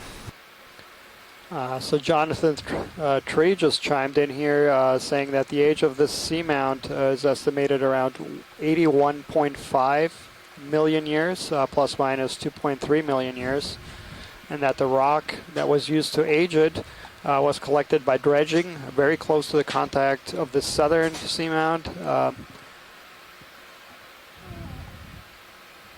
Sorry, the northern Now bridge, seamount. move initiated. Thanks, Bridge. Which is hypothesized to be younger of Hawaiian origin. So we're hoping to collect a rock on this cone feature here to be able to date the cone. So we are looking out for you, Jonathan. Just made a observation here saying that, the surface is still very, very heavily coated with manganese. And so that gives us an indication also.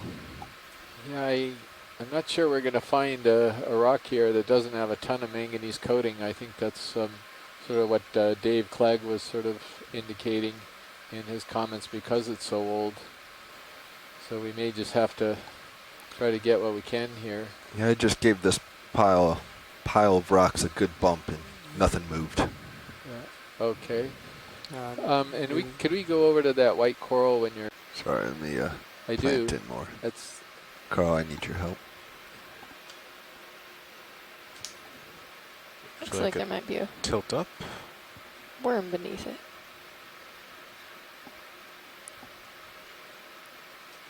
Yes, please. Yeah, you can tilt as desired. You just hold this It's for a not moment. well developed in all of the calyces. It's only developed in some of the calyces, and it's even the ones it's developed in, it's not that clear.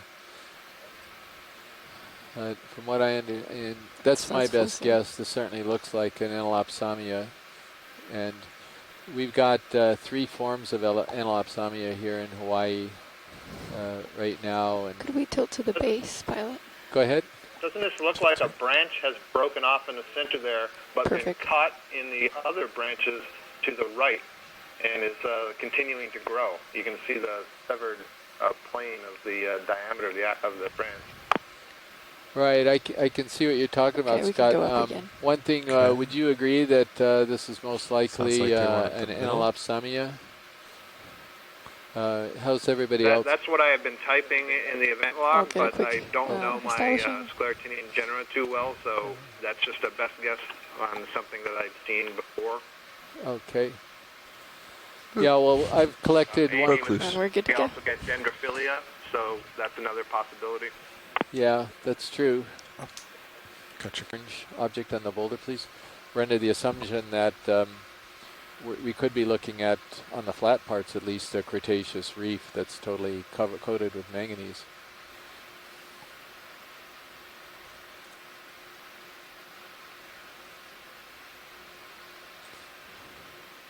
So I'm sure it's very difficult to even see the underlying geologists. There's so much manganese here. So this is an Anthomastus. Go ahead, video.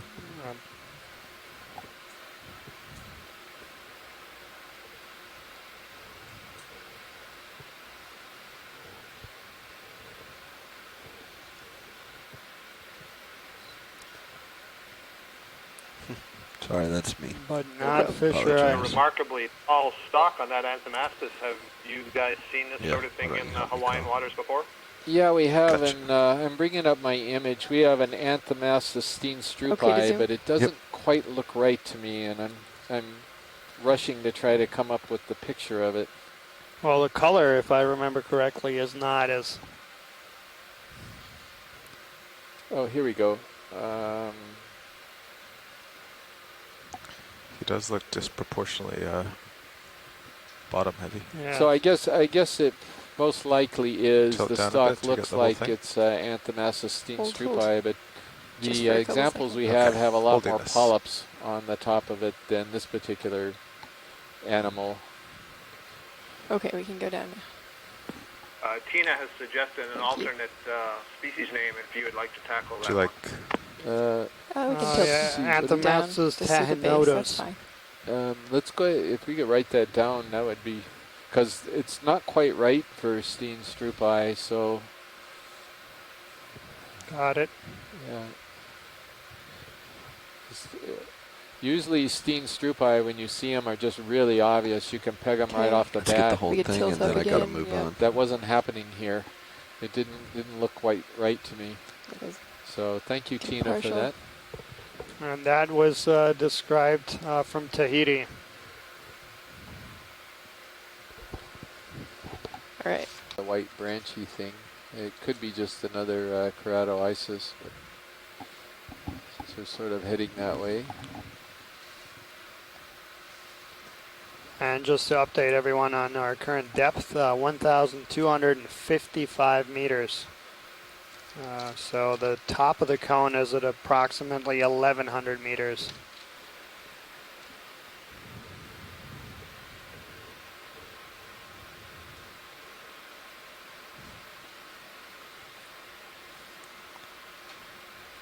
Go ahead, video. And it does look like I said it. Do you want me to take it? Whatever.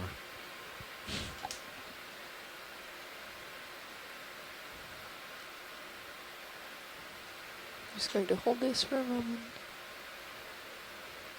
All right.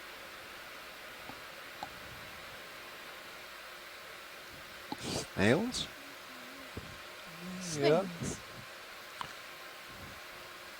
And so this is a Those keratoides. gastropods that I'm seeing in the Is that full zoom? branches? Yep, it is. Yep, those are All male.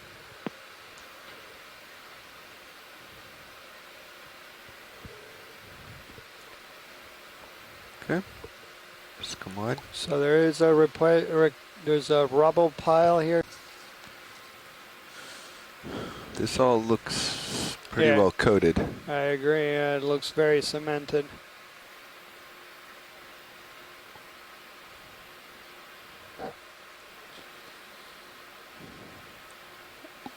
So these little corals that are sponges, excuse me, these petal-shaped sponges, and maybe we'll find some more upslope we can zoom in on. I'm pretty sure this is one of the Atlanticella in the genus Atlanticella that we are familiar with.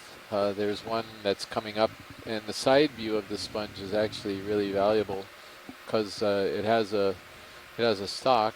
There's a Paragorgia that we've imaged already. Nav bridge.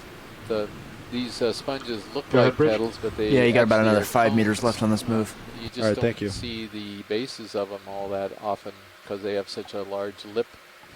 Yeah, I to don't them. think we're going to get the base of this one either. No.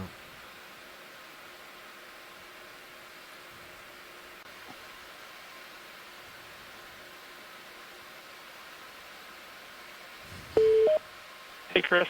There you are. You're correct. Imagine. So this is a very rare sea star called Astenactus. Let's come It wide is real quick. Sure. up Snap until we wide. started seeing them in Hawaii. Full wide. There was actually only one of these known, and so All we're right, now let's go back in now. seeing them alive with Carl, some frequency go back. with the Hawaiian material. I mean, with the Hawaiian video and so Going forth. up to the center. But we tend to see them only singularly, but this is just like a feast for my eyes because these are they're so rare and they're so up until a few years ago they were being mistaken full? for other things because no one had That's ever full. seen one alive, and the specimens that we had in museums were literally like every new individual was one species. So this is really nice to actually see another one. And I think this one actually shows some variation in arm number, which is additionally unusual. Sure, these are seen, relatives of this family are seen in the Atlantic at this depth as well. This is part of a family called the Mixasteridae, and they're very delicate, so a lot of the animals' names tend to reflect that. This species is probably Astonactus papyraceus, and so papyraceus is the descriptor for the species, which refers to the fact that the body wall is paper thin. And indeed it is, and so now we're looking at some tube feet, and this is probably the first time anyone's been fortunate enough to see one of these in such detail as far as the tube feet goes. This whole group has additionally been very interesting to people because this whole this lineage of sea stars has been discovered with molecular data to be basal to the overall asteroid tree. So these could actually be very important to the evolution of sea stars as a whole. And in fact, there are Jurassic fossils that look very similar to this. So this is just wonderful. Thank you for stopping, and I hope we get to see another one. And that's Thanks, Chris. Bye-bye. Yeah, bye-bye. Go by. Yep. Let's get a quick snap, and then I'll push out ahead. There we go. Nope, it is Atlanticella. Now that we're getting a better look at it.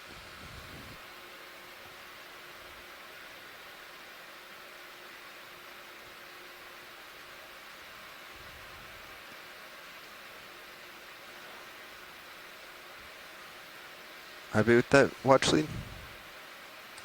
Yep. We can proceed. This is a known urchin. We've got some pretty good imagery on. It's Spirosoma CF obscurum. That means that we think it's obscurum. Okay, Nav. Ready for the jump? We're ready. Snap zoom on red. Closed up That's the actual closed up base of an Anthomastus. Okay, let's come on. Bridge, this is Nav. And we're going to have to call on Chris in a moment, I think, again. It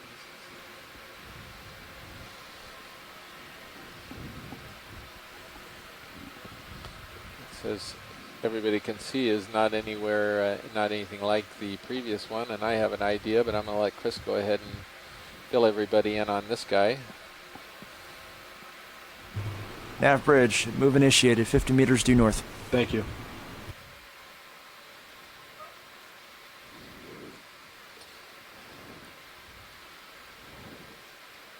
Go ahead, video.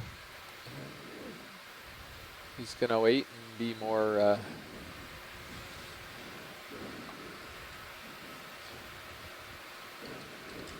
get a better look before he forwards a possible ID. Hey, Chris. Hey, Chris. Hey, I should have just stayed on. It's a pterasterid. It might just be pteraster, but there's another thing known from this area that I've never seen before that's known from shallower waters. But this looks a little different from most of the pteraster I'm used to seeing. Again, this is a member of a family One interesting thing you can see, we're at the contour between 1230 and 1240 It has the same general structure. It has this opening on the top, which is called an osculum, and then everything you're seeing is kind of an extra surface, the actual animals below it, and this probably produces slime. But this fringe around the edge is a little new to me. Other pteraster species have it, but they differ in various respects. So it's and again, there's the problem of having seen these alive versus dead. So yeah, I mean, this could, at this depth, this could even be new because we don't have a lot of records of sea stars from Hawaii at this depth. So I think we're good. I'm cautiously optimistic about what it could be. but Is there very over it? exciting to be sure. So.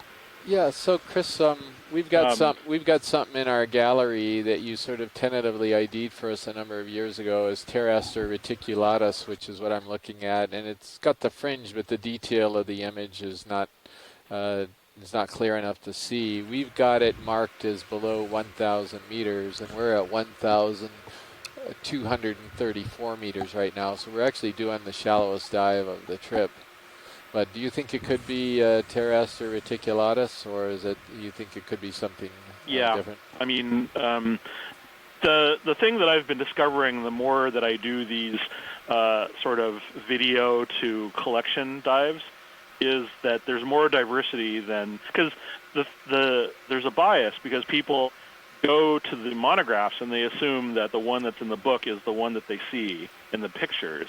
And sometimes it is, but sometimes it isn't. Excuse me for a second, I've certainly Chris. found that Chris, that's there's the a case fish with to the right. Singids, so. If we could look right, please. Sorry, Chris, I meant to interrupt. We haven't seen very many fish, and there was one that we were just about to blow by. Good, I watched it. Sorry. I'll get the Completely lasers missed off. him. Well, you guys have been exceptional today, spotting some really good small things, so I was glad I was able to get one in that you hadn't seen. Can't see the forest for the trees.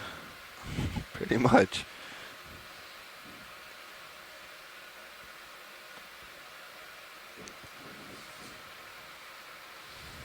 So this may be similar to the thing that we were looking at a couple of days ago that prompted quite a chat room discussion about what it was.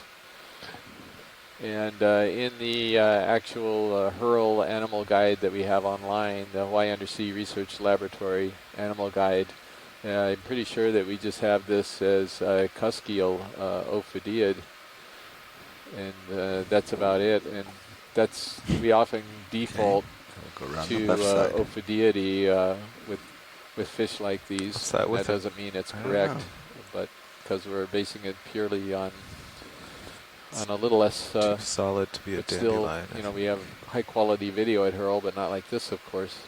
We'll go back to that.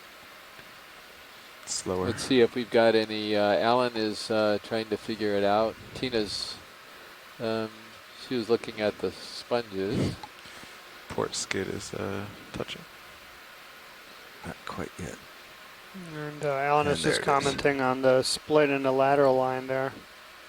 He just does not want to give us a different view or angle.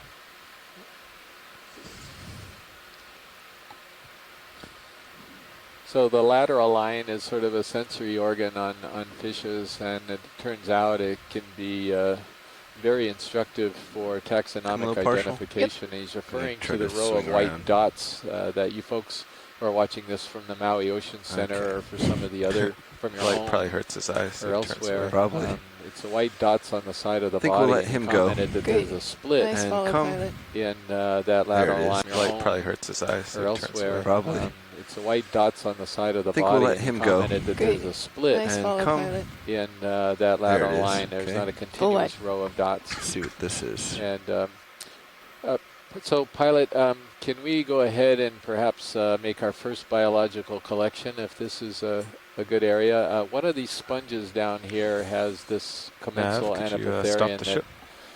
You got it. Rich, there's been a fair amount of interest in, and I'm thinking that this is going to be of interest to a lot of people here, and perhaps they can correct me in the chat room. I'm looking over there right now, but I think we've seen enough of these that people are quite interested. Chris, I think that's a really good choice. It's been fairly common along this dive. It's always been the sponge and black coral associate. Oh, and there's another dandelion animal, I believe, a little siphonophore. You can see the medusa-like bells that are giving it some locomotion. You can see some tentacles that are tethering it to the bottom. This is the rhodalid siphonophore. Nice little find there by video or pilot. Actually, Nav. Yeah. And on the Why don't we do a 10-meter move back also? Releasing all his legs. Comes the last one. Bridge, this is that. So, Scott, the current's not doing it. That's doing it himself. Isn't he just pumping water? What is he doing? Can I get a 10-meter ship move that's correct. So south the way at you look 0.2 at knots? this is all you see is just releasing Is that full itself, zoom so these video? sort of Sure. tentacles 10 to meters the at bottom. 180. This is a 0.2, gotcha. colonial animal. Just like a lot of the corals that we're looking at are colonies, but this is a pelagic colony. And so there are a number of different zooids, which is another word for polyps.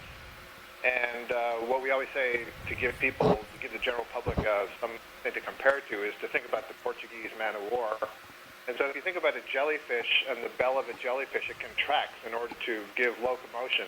Well, each of those structures that you see contracting there is essentially like a jellyfish, except they're all still attached to the colony. In the center there, you see that orange ball at the top. That's got gas in it, so it allows for some flotation. And then the whitest mass that's on the bottom, you see some things extending from it.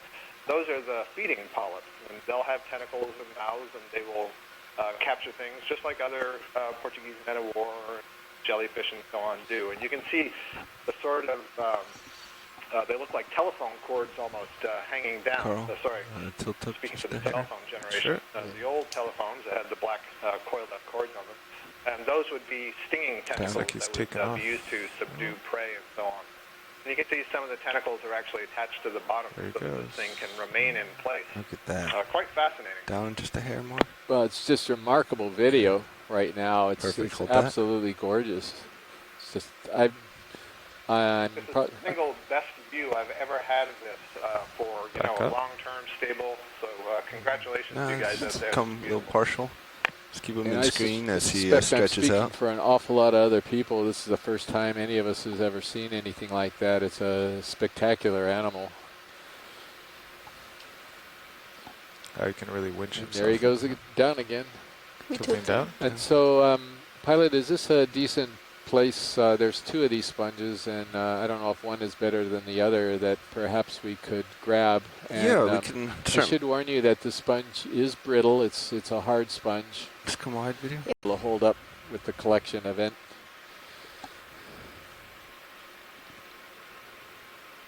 This sponge right here. Did we get any comments about collecting the sponge? Yeah, Scott weighed in. Yeah, this one right here would be great, Pilot.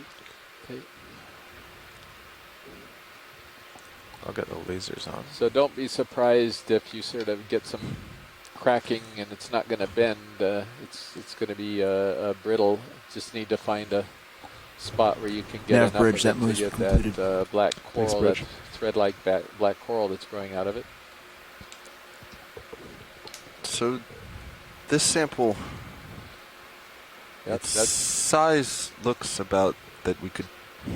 I know we're supposed to take only half of it, but I think we might destroy the entire thing in sampling process.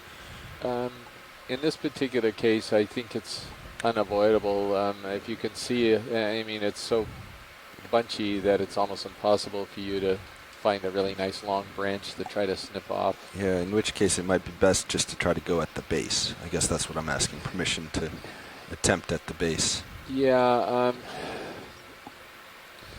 He is down so in a hole. We have seen quite a few of these. We're not. I'll tell you what. Let's go for the base, and I'll go ahead. Partial video? I'll take the heat if there is any, and I don't think there should be, because these are very common here, and they're not only common here. This Feria oca, the same one, looks to be common be able to elsewhere. get this one, Carl? Down in the hole? If you do plant your port skid and do auto head from here, maybe. I don't think from the other side. No. But there's a second one, right? Well, actually, did you say there were two in this area? That's correct. He's a little further upslope to Let's the go left. look at the other one. It might be easier. This one's down in a hole, which is going to... Yeah, just swing left with the video and upslope just a hair. Yeah, roger. There might be a better place to set down and less of a hole, the other one. There he is. There. Yeah, that one's more on a wall. I think we can reach out and pull him towards us.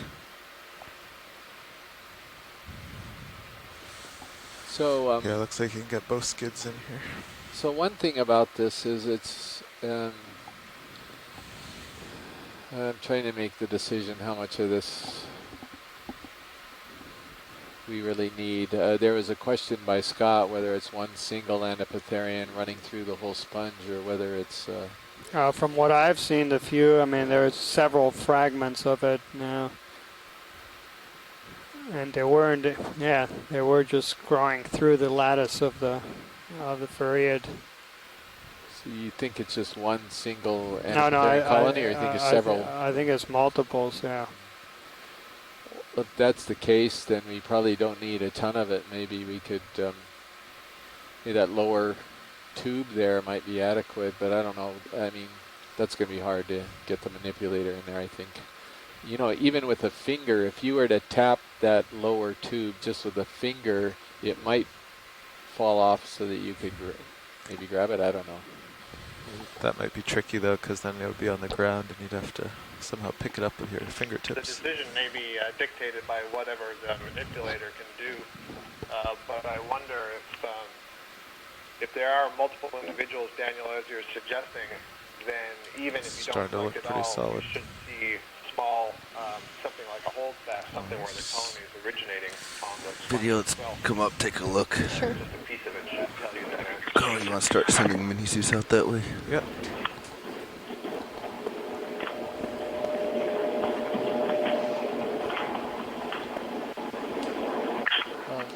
Beautiful images there of the polyps. And this is really tilt to the right step ever so slightly. Won't be able to video, No sorry. problem. This is the live. I'm planted in place to take the sample and got Great, a nice yeah, secure don't footing. worry about it. No, the imagery is terrific. Video, when you get a chance, can you could somebody lower the their, gains, I guess, on mini their Zeus? phones there? Who's ever got that on? Thank you. It's very bright. I could also bring that light back up.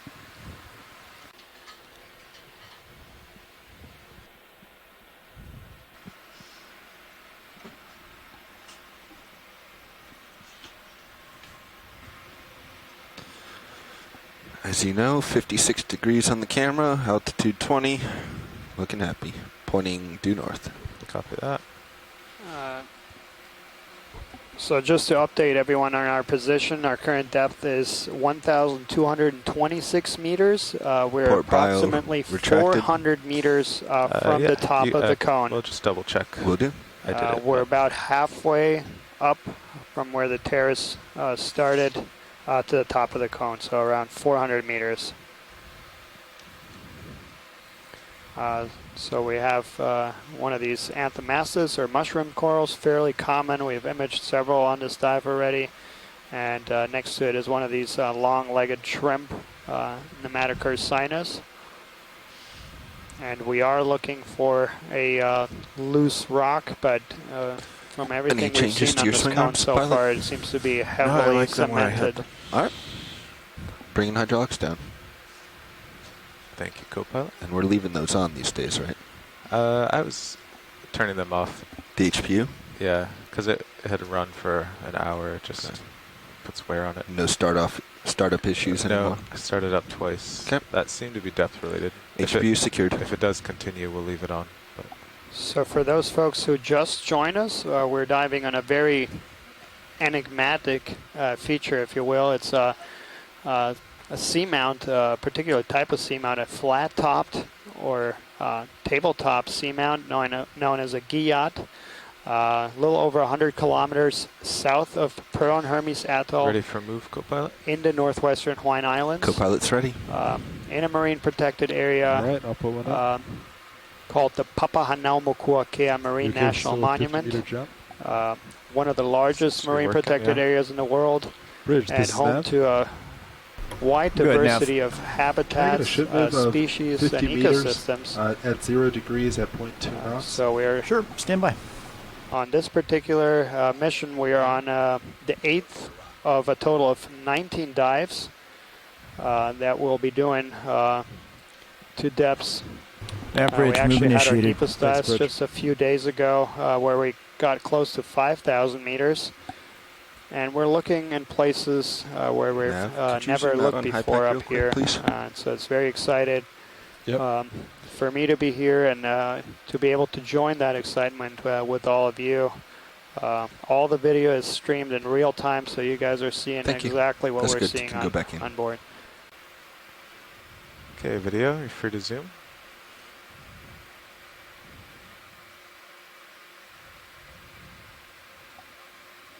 Right to center for you.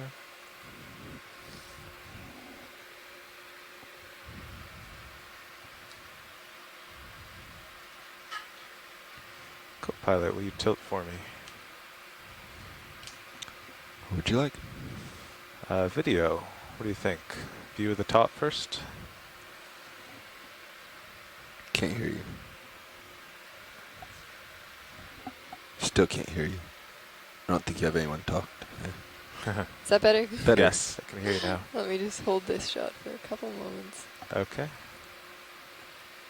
So we are looking at a bamboo coral or a sitted coral, along with an ophiuroid or brittle star, or actually several brittle stars. And this is a very common association. Wider shot, and then we can tilt to the top. And again, this is the 8th of a total of 9 Okay, team to the top. Go ahead and tilt up. Yes. dives that we'll be doing. So we'll be diving pretty much every day from today until August 21st. So if this is the first time that you join us, you can join us on every day after today. We typically start to dive around 10, 11 in the morning, getting to the bottom.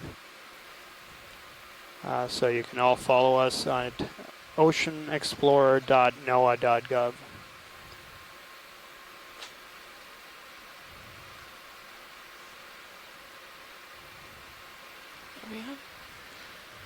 All right. You're happy? Yeah, beautiful. Video's Thank happy. you. You're welcome. While we're here, let's just do a quick zoom on the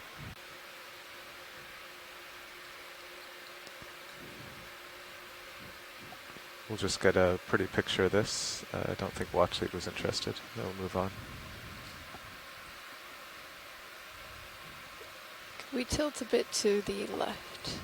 Yes, going left. Perfect. Oh. So this the common name for this coral is bubblegum coral. And just a bit up.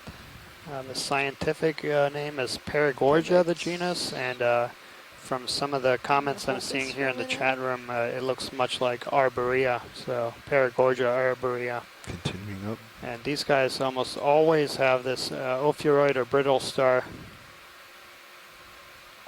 Bring it to center.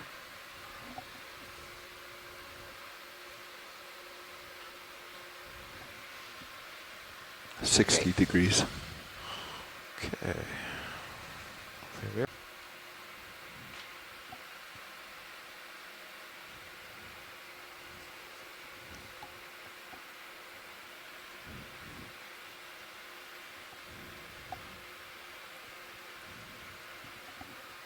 Nav, what's the direction of move?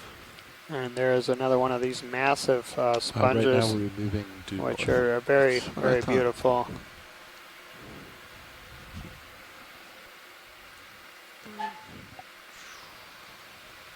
Yeah, we can just do a flyby, no need to get really close. Copy that.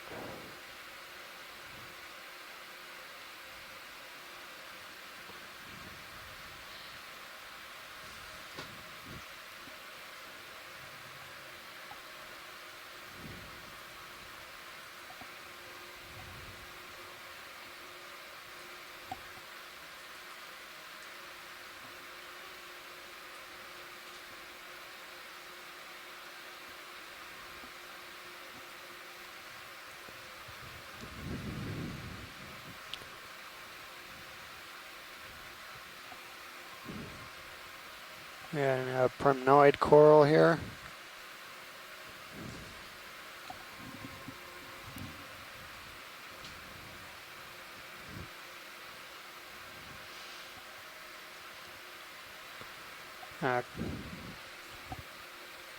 So current water temperature here is just above 3 degrees Celsius. Just as a reference, at the surface we probably have maybe somewhere in between 27 and 28 degrees Celsius. But we are over 1,200 meters deep here. 1,211 is our current depth.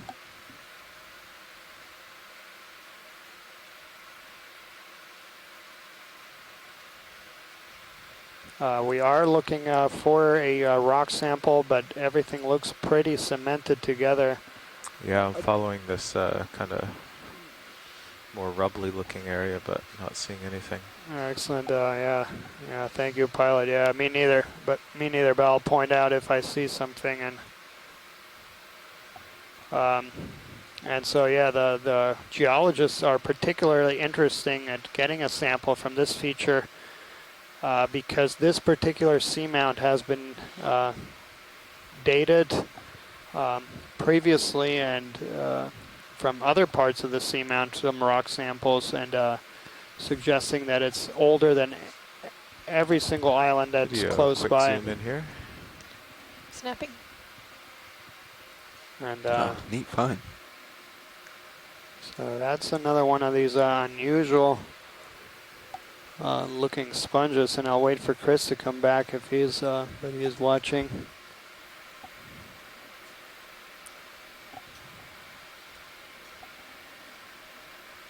Just hanging out in there.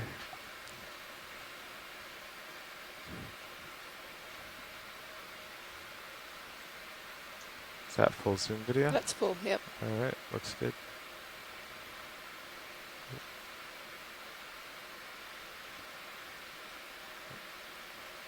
Runaway camera there, sorry. Just trying to get that. Need some help? Creature. Yeah, I had set up for a quick zoom. Thank you, co-pilot. Is this? Take a look over here.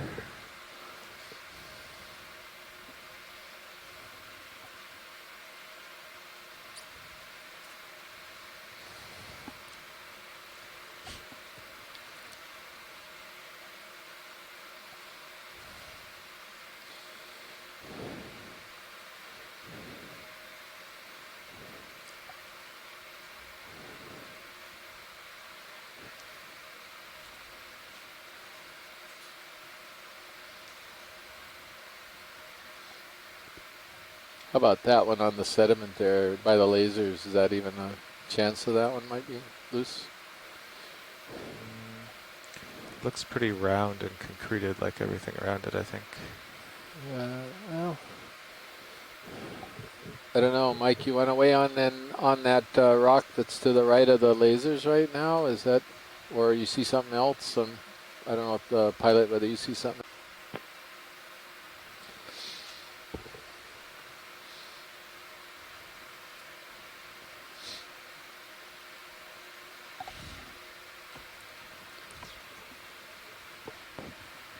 There's a couple of comments here in the chat room about Paragorgia arborea and its distribution. About some maps in the literature only showing it from high latitudes and not from Video Hawaii. snap zoom in the middle. Sure. I think it's oh yeah, it's just urchin. Okay.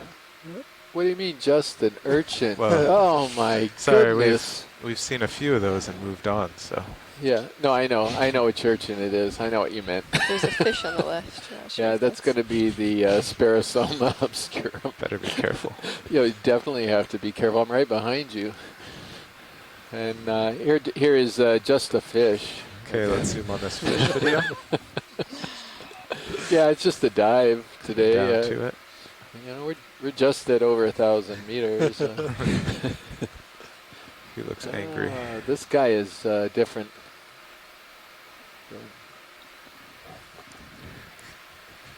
I don't. Want to get the lasers off? I think we got a shot with them.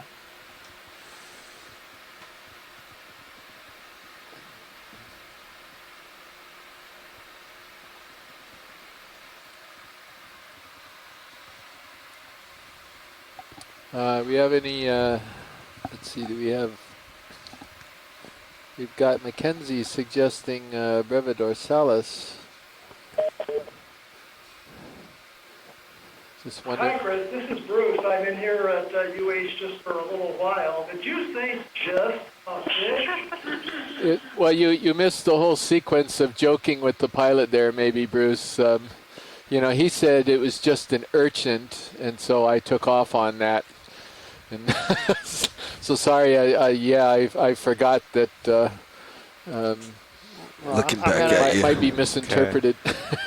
I'm going to defend Carl here. We'd imaged a few of the Seems like he doesn't really want to be before on this very dive. much. He's a lot more maneuverable than a We've 9,000 imaged pound just a ROV. few of those eels before on this dive. Yeah. And Copilot I can was get looking at the lasers. dorsal fin, which I'm sure you and Mackenzie were looking at as well, and I just thought it was a little bit longer or further up the body than Breva dorsalis, or what we think is Breva dorsalis, but I'm certainly going to go with your two guesses there on it. Okay, video. Let's go in. I'll just bring it left. Yeah, I was just seeing that the dorsal fin was fairly far past the anal fin origin, so I wasn't looking at the fine points of that. Looking down on you. Copy that.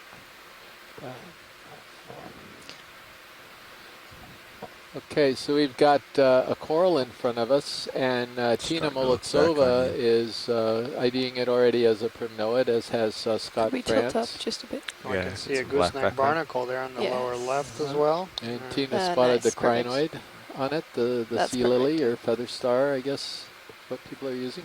And Scott suggested Candidella, and I was thinking Candidella as well. Back at you, all the way back. And All right, I'll shoot ahead after I the can shot. almost see what I think is a possible worm over on the left Okay, branch. quick establishing.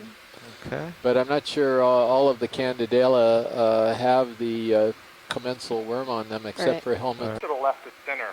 Looked like they were a little bit thicker, right? At the base of the polyps, which is usually an indication of those worm tunnels. Yeah, I would agree. And also I know that the Candidella helminthopora tends to have sort of that low, a bit of a planar appearance to it, at least a couple that we've definitively identified from specimens as being Candidella helminthopora. So I think that's a real good candidate ID on that.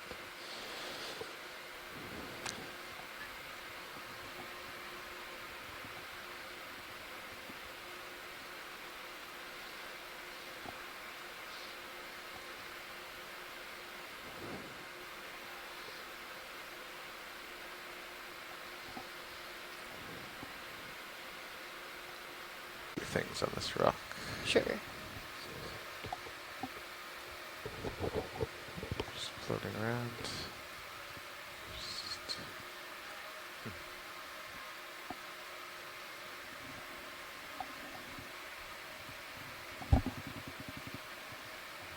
Okay, full wide.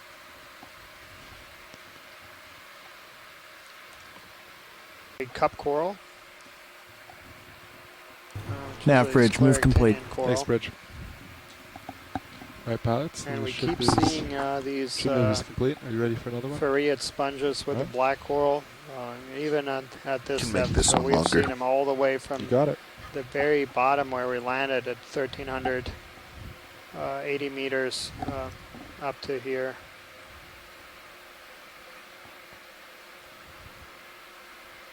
Bridge, this is Nav.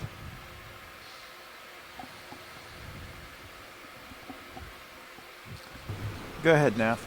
Can I get a ship move of So 100 Jonathan, meters at 0 degrees at 0.2 I asked knots? this question before and was greeted with silence.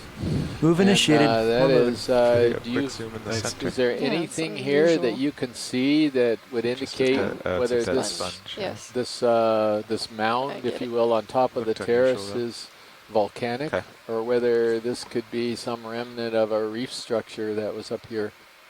Of pillow flows, for example, under all of that amount of manganese, or whether Yeah, that's the only thing for certain is the amount of manganese crusting is just it's quite a contrast to every single dive, every single previous dive on this trip. Well, that looks interesting. It does. It has a nice background too. It does. Got a sponge coming up, it looks like. It's got a whole bunch of crinoids on it. Our sea lilies, feather stars. Operations meeting will take place in the forward lounge in 5 minutes. Off seating in forward lounge at 14:20.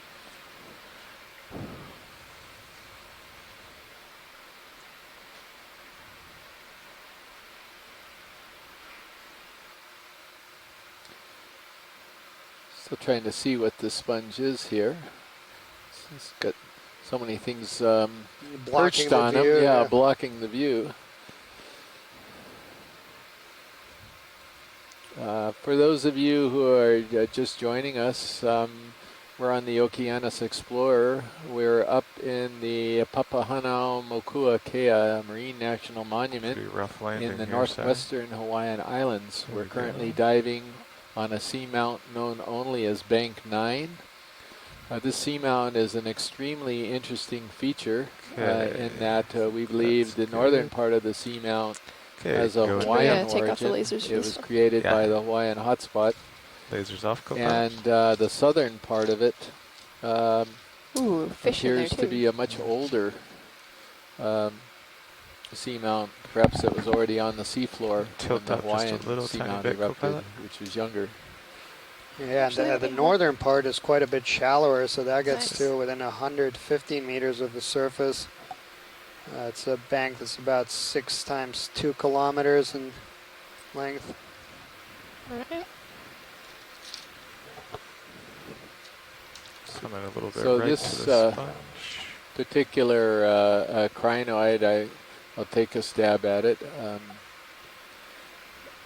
Looks to me like it's something that we call Glyptometra, and it looks similar to something that both Amy Bacco-Taylor on one of her Necker Ridge dives and I collected on one of my dives off of Bridge, Twin this is Banks. Looks very similar to that. And it was identified by Dr. Good, Charles now. Messing, Hi, can I get a ship stop, crinoid please? authorities, Further. as Glyptometra lateralis. What was that? I'll video? stop. Could we tilt up a bit further? Perfect. Stop. Nice. There's some Yeah, snails Chris, there in was there a Coryphonoides rat tail that drifted out from behind the crinoids and went off to the right.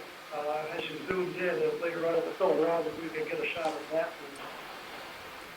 Yeah, roger that, Bruce, and we're going to ask him after he finishes with the sponge. The sponge is called Tretopleura. When I get a shot like this, Tretopleura, excuse me. We've seen this before. This is Tretopleura species 2.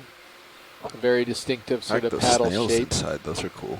Yeah, I've never seen And that. you've got Yeah. some brittle stars on there with a gastropod, it looked Very nice like, if pilot. I'm not mistaken. And the little crab, I think, was Did we want in anything the else? family. So we got overall. Uh, No, I think I got think most it was of the pretty shots. cannot pronounce this right. Great. Munid, Sounds like a full Munidith stuff. Very nice. crab. Yeah, the It- family Munidae, Yeah. or Munid. Right. And I'm Great. afraid I Thank you. forgot.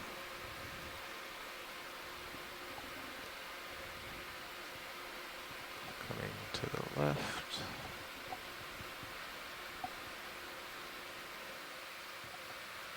It is.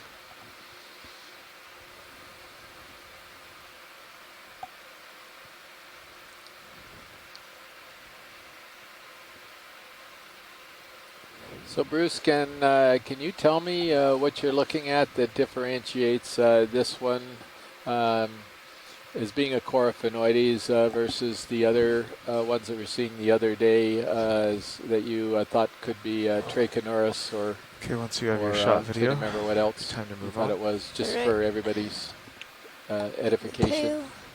So, pilot, the ship Yes. is Well, brought the it's ship to a stop. sort of a guess, but it looks like a fairly good-sized Because animal. we're quite It's of a got fairly large, terrain clearly change here. demarked scales. The lip of Looks the, like It's got a looks like it's slope kind is of a no head longer shape. It's a straight little hard ahead. to describe. It's got a slightly angular. let's take a I peek. think it's got a Sorry, slightly brought the angular ship to a pointed snout, stop but until it's we could not get you up showing its and profile ahead, really well. see It's where kind slope of camera goes. But it shy. seems like we've That's not a changed fantastic almost 90 character. degrees. There's a fairly well-developed whisker on the You chin. can see And it's when not it a swam out steep earlier, I drop-off thought thought that I could see long first now it looks like it fin crosses rays up on the to your pelvic left. Look at fins, sonar. the paired fins It's no on the longer belly. north, it's more And northeast. put that whole thing Or sorry, together, and it makes me think northwest. that it's Coryphaenoides, and it Yeah, might can you be zoom out a the bit same on, Coryphaenoides longiceros that we saw further south, but I can't tell.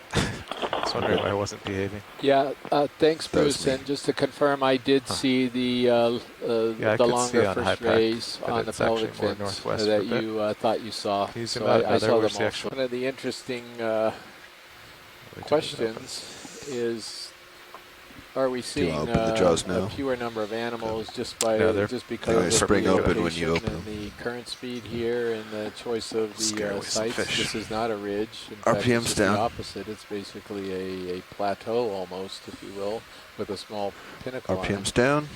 Is that why we're seeing HPU fewer disabled. animals, Minis is or going is back it into home position. possible the thickness of the crust, which at least one person has suggested may be a reason why we're not seeing as many animals? I'm no longer pointing It's a little north. bit unclear because Right. very few of us Should have we do a ever dove short on this hop type this of direction? seamount Just before, like which 30 has meters? that type Your of call? thick crusting Yeah, on let's it. do it. Sounds good. I'll put it in. Assuming it That's may be about more related to 315. currents Would and take us location, directly up but not absolutely based on positive. sonar. Later on Bridge, this this cruise, nav? we are going to be diving on some seamounts that are just as old as this one, where Good we're enough. going to get into some Can I get a great ship nav of stratigraphy 30 as well, meters and at perhaps we can answer that 315 question. degrees at 0.2 knots?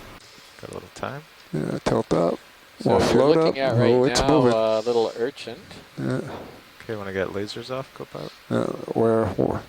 They're out of the field. Okay. Good enough. And that's And a I'm pretty partial, sure I know what it getting is all the also. I'm double-checking tentacles. And let's go full. Hey, Chris. There you are, coming to the rescue. I just wanted once to bring again. attention to the.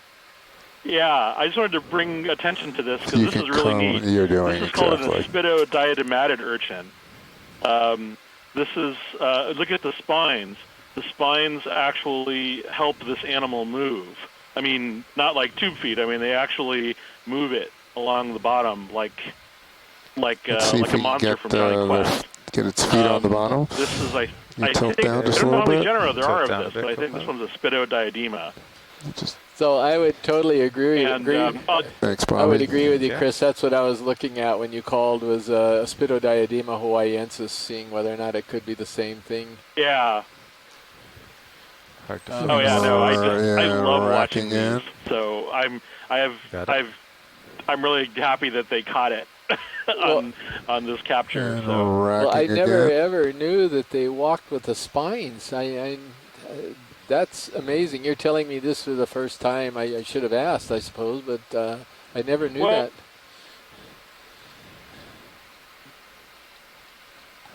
doing this, I'm assuming that I haven't completely misinterpreted the information And racking to the spines or forward. that I picked up the story or something. But every time I've seen them, the spines are moving ahead of it. Nice hover, So, Carl. Oh, I'm down now. Oh, Yeah. anyway. You Hovering can, before. yeah, and they're Still all sort nice. of extended out like that. It'd be an So, amazing hover. um, Be a pilot and I Bobby think level. those, if you look closely, there are those sort of bird beak-like structures. I think those are the pedicelaria.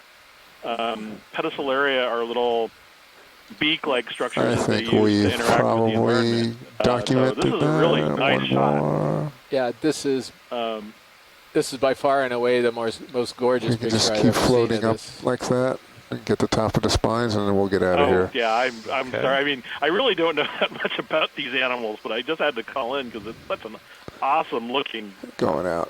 All right. beast. All right. Well, we're out. I am absolutely delighted Thank you, that you pilots. did call in, because that was very Our pilots informative. are And Well, Put this in is the probably ship the with last one, unless Do you you see know? another starfish in the next 5 minutes. Bridge, so this is Nav. it's a good.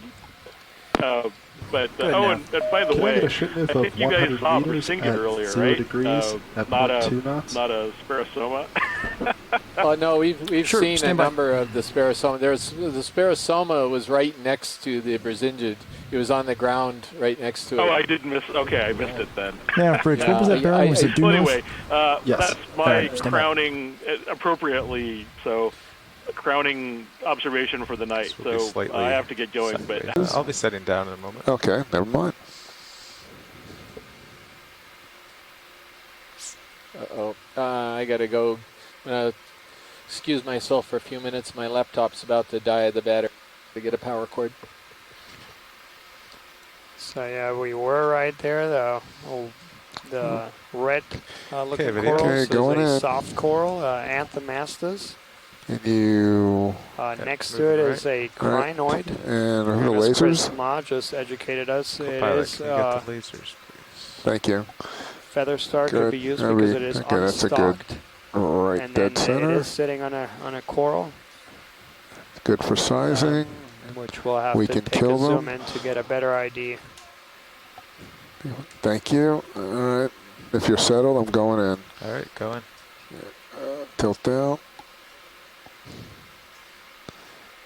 A little more. So Let's there's get a also a little request in macro particular to zoom here. at the base of this mushroom coral or You got a tail hold, Anthomastus. right, Paul? Yeah, not a very strong one, but pretty You good. got one anyway, so I can come out and do this again. One.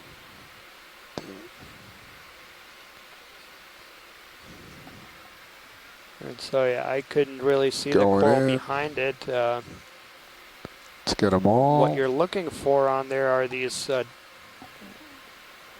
nodes, these little black sections, and if it has it, then it would make it a bamboo coral, and if it doesn't, so I'm talking about the white coral behind it, and so that's one of the first cues that we're looking for in these animals. And going all the way. All right, so gonna when you rack do to the have- back. Yeah, I think they're talking about the white one. Yeah, they are. Yeah, the white one, pilot.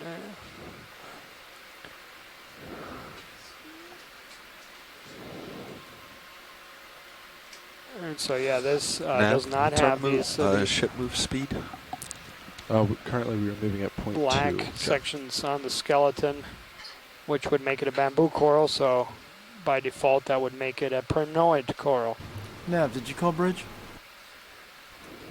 Nope. Also on one of the Sorry, I'm on the tips other of side of the bridge. crinoid. Don't know if I heard you or not. So the Not a problem. animal Looks to the like right there there, is you a- can see a barnacle. It looks like a I'll just go a little bit right. We can go in on the barnacle All on the right. tip. Going and out. we see several squat lobsters on the pernoid. Okay, back in on the crinoid. Going back in.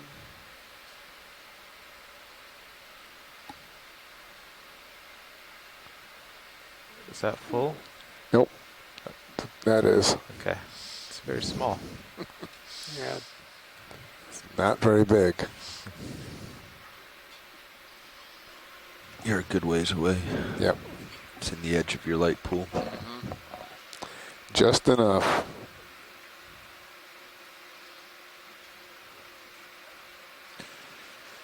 Watch lead, pilot. Okay, going out full. Is there a call to watch lead? Yeah, very special. Okay. Heading north.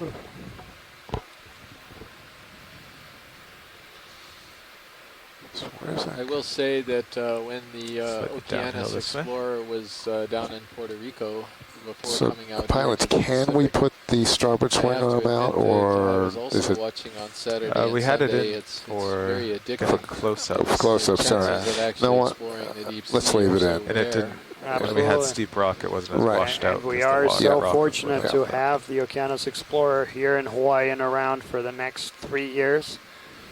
So we're going to have 3 expeditions back to back. Just a little gully, it So looks this like. first one is targeting the northwestern Hawaiian Islands. Then we do have a short cruise in the main Hawaiian Islands. Pilot, I'm going to zoom in followed just a by a bit, just to third see how one much that's it gonna be takes to lose targeting it, and I'll come back out. part of the northwestern Hawaiian Islands and then Johnson Right, Atoll. so- And that's the first can year, and then adjust we'll that. have 2 more years. Come back out on his camera. Coming back. Where we're going to look at other places in the Pacific. So we're very fortunate to have this Yeah, premier I'll get a research little vessel farther here down. We'll zoom on in the this debris. Pacific. So Yep. take a look once we finish with this too. This looks more like more uniform nodules here, or gravel, but it's not really sure. I don't know if they still qualify as nodules. Okay. Yeah, I mean, they do look very uniform in size. Going. I don't even know if that's All right, the going right in. criteria. Yeah. We're very close. The lighting might not be perfect. No, we're in the shadows. These We're not these in the are pool, a type of a sea pen. but we'll try. They're very, very beautiful animals. And this is in the genus Hylipterus in the family Hylipteridae. And you can tell that Going by sort macro. of that white sleeve at the base of each of the polyps. It's got some spines on it. You can sort of see from this image, which is diagnostic for this particular All right, then we think we can pan, we can tilt the camera up we got one that in one continuous motion. I'll try. I know, you'll do it. Here I have confidence. Water, but they're There you go, perfect, perfect, perfect. Hylipterus. We have a request. Keep it going as far as you can.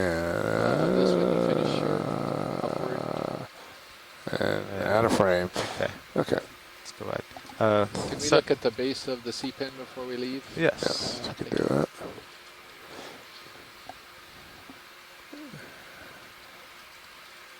Aha, look at this. This is very different. Okay. Okay. Thank you, Tina, for having us take a look at this. Yeah, twofer. I think we have a, well, no, this could be just buried in the sediment between the cobbles. It could be the same thing because it looks like it's in anyway, you can come a little, let's yes, see what Tina has to sir. say about this. And this is very deceptive. It looks like it's got a solid attachment base. Yeah, hold fast. Right. Alright, and we are at maximum zoom here. Almost, almost. I can kind of see a balloon going down there. You think that's, that's what I think she's trying to determine.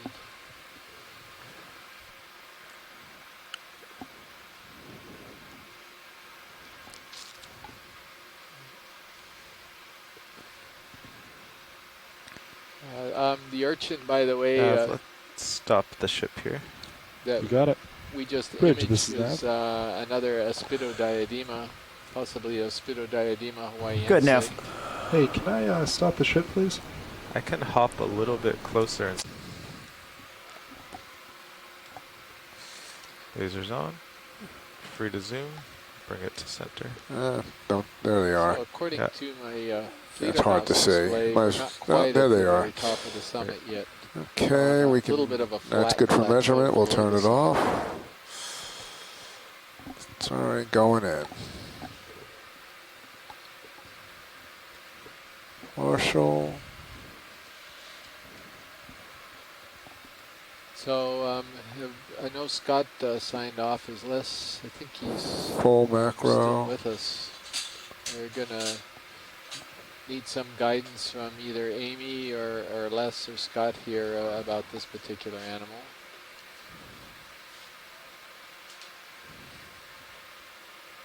So Tina has come in that it's Chrysogorgia. There's some, definitely agree. We're wondering if anyone can go a little bit further than that, or whether this is an unusual species in that group.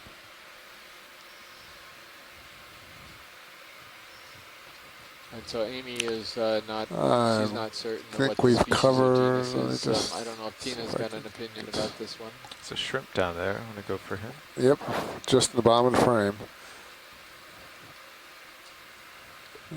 He's kind of hiding. I'm reaching out as far as I can.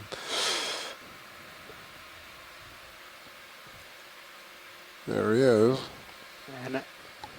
And Michael, I'd also noted that there might be some loose rocks here in our vicinity. So we'll take a look at that here. You want to get the base? So there's a comment that maybe your microphone might have slipped, Chris. Because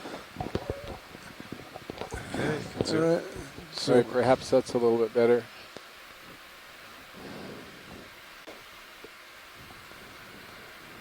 Yeah, it's not worth moving. This is getting the point across. Pilot there, or video, the report is that you're suddenly much louder, not like before. Something changed. and they're hearing you extremely loud over the watch leads here. I don't know if some setting changed or not. And that's correct, Josh. The geologist is interested in possibly getting one of these rocks. All right, copy that.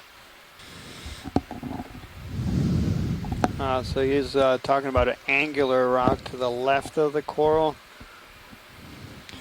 Can we come in a little bit, video? One with an angular. Maybe could we put the lasers on, and maybe he could help guide us with the lasers. Lasers on. So Mike, what are we looking at here? They on? Maybe he's just talking about in general looking for a rock with angular sides. He would probably want something a little bit bigger than that one. I think we have a lot of choices here. I wonder if we could there they are. maybe just pan a little bit around or something, see if we can see anything that... How about that one kind of sticking up that looks sort of angular? If you go to the left of the laser now. Directly left. Like 9 o'clock. No, to the left and a bit forward of the coral. Maybe this one? No, he's saying a bit forward, which would be here, I think. Can we get hydraulics on? You got it. Enabling HPU. Michael, are you talking about the one behind the coral? All right, ramping up I think RPMs. he's saying a bit forward of the coral, right? So if we go down and slightly to the left, that angular rock right there, just pass by it. Okay. I think your laser is either right on it or it's the one directly to the just left. Slightly with the lasers. I think he's mentioning that one. Yeah.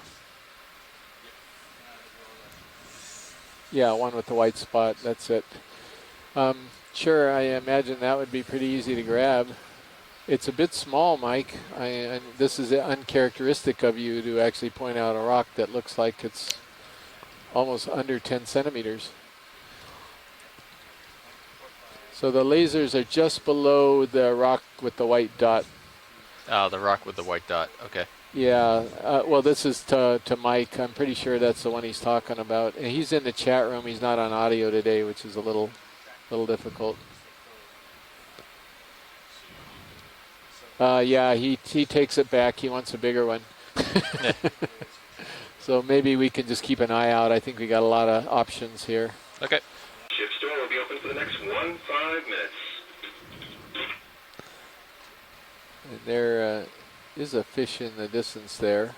Yeah. Yep, all the way up. So we're looking for an angular rock between probably 10 to 20 centimeters. There's a few fish. Oh, another fish. Could we zoom this fish? Can we pause the rock for a moment and get this fish? This is a good fish. Come in partial here, video.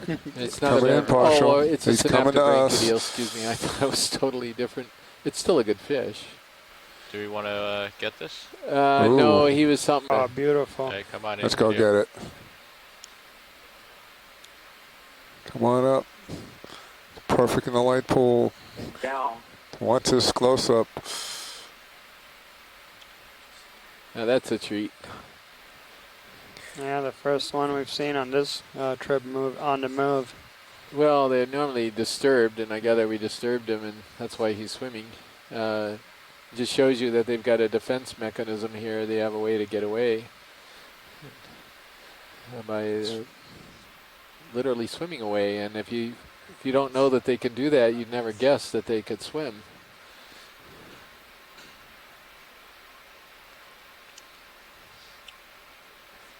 Can we lose the lasers? Thanks. Getting a bit mesmerized watching this. I think I'm in a hypnotic state. It's just so gorgeous. Especially with all these other strange creatures in the background. Yeah. Wow. He's like, I'm tired. Look at that. He's taking a break. Let's see if I can go, Matt. Amy Bucko Taylor is saying awesome. Alan is saying great footage. He's going to settle down to the bottom. And then Tina said this swimming crinoid probably inspired the weird animals of the movie Avatar.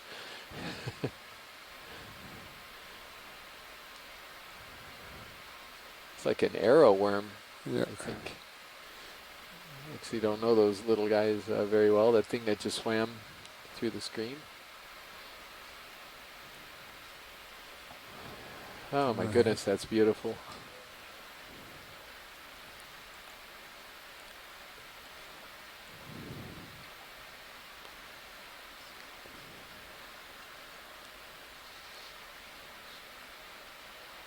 Tilt down. And against the super dense manganese crust is a perfect backdrop.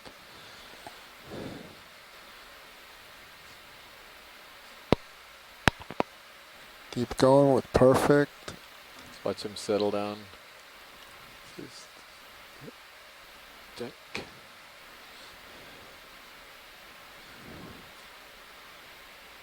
And everything's calm again. He's in a good place once again. It's Sunday afternoon. It's delightful weather on the top of this seamount. Yeah. And if we have the time, I'm going to go and try to get his very feet. large, strange object that's next to him right now. Go ahead. Multiple Tilt down. spotlights in his face. That's right. Yeah, look like one of his. Not going to let that happen. And rack to behind. Let's see. I'm not sure what Tina's comment. By the way, Anthemestis is apparently true Anthemestis.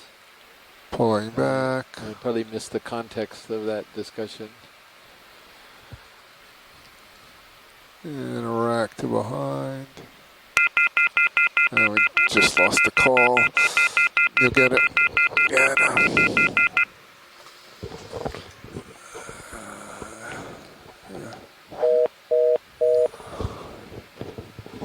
And go. Sort of things on the bottom. I think angular, angular and big are the instructions. How about to the left, pilot? And keep coming left. And you keep coming straight left. The lasers will be on it right about now. Aha. What about that one? I think I can do that. We could take a look at it. And there's even another angular one that's kind of crooked above the lasers, just to the right. I mean, it's just to the right of lasers right now. While you're settling. Kind of a weird shaped one that looks pretty angular. While you're settling, I'll get a closer look. Okay. Do we know where we're going to want to put this rock? Yeah. So we can get that set up? Good question. And we've only done the poured rock box, forward rocks, and poured inboard bio box. The whole starboard side is open. Before we answer that, is this sort of shoe-shaped I went through with Copilot, got rock possibility draw that the we way just in. had the lasers on a minute ago? Draw out whichever one. And the reason I like it is it doesn't look like it's quite as bumpy with manganese crusting on it as some of the other ones around. Top third, I think, of the screen. Illusion. The party line is being real standard.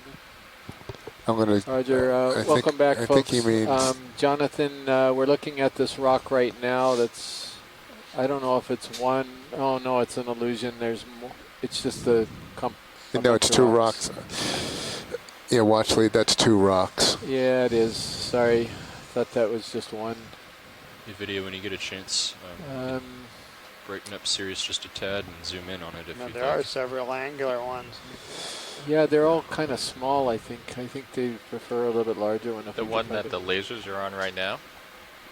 I think that's going to be mostly crust, okay. Josh. Well, let's pull up, and I think we're going to find more on the summit as we make our way up if we get out of the see what's to the right. Copy, just on top of the screen. All right, going out wide. Going out wider. But what I was thinking of is maybe this rock, when we find it, if it's small enough to fit into the starboard inside box. The inside bio? Inside bio box, yeah. Yeah, starboard bio. And then that would leave the outside bio for any larger biology. Yeah, copy. And these look like, pillows. They look like pillow flows.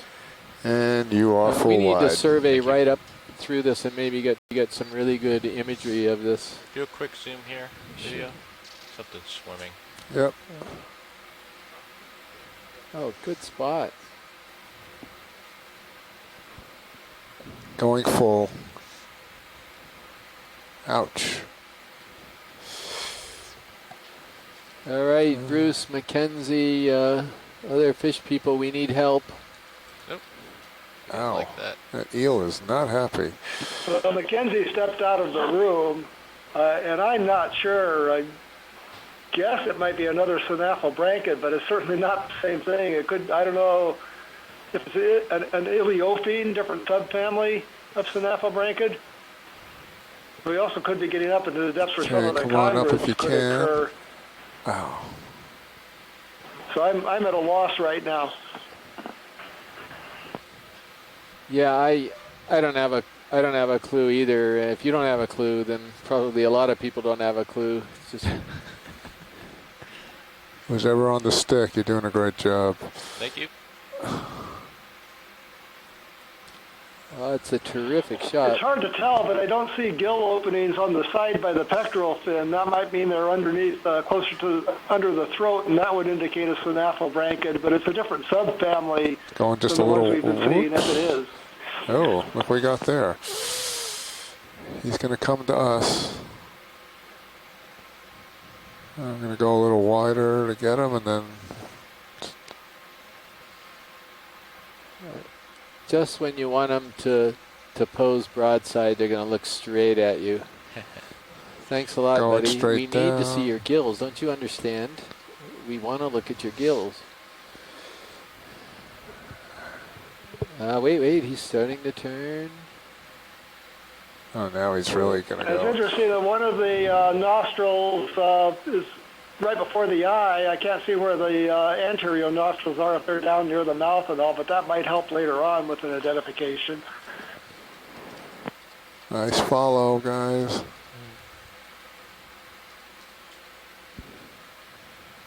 Oh, he's turning slightly. He's going to hit the bottom and do something.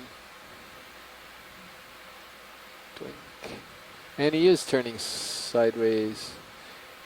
And I would agree, Bruce, I'm not seeing the gill openings up here by his pectoral fins. There's sort of a little line there, but it didn't strike me as being an actual an opening right there on the side of his body in front of the fins.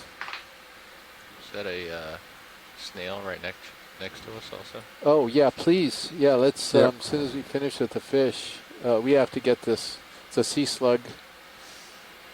And this is the first time I've never seen maxed this out. animal before at all.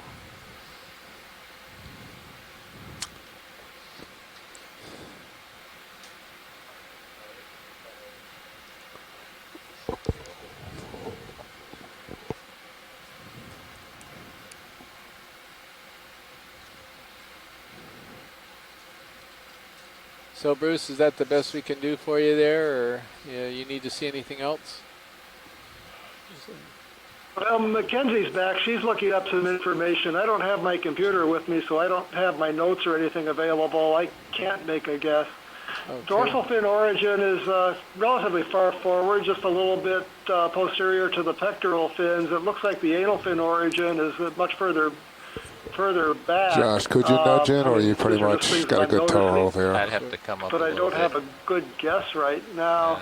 Guess It doesn't if look they're like any of the I mean, to get a real close up of his head, convertials we're going to have to get familiar closer. with. So it is a puzzle.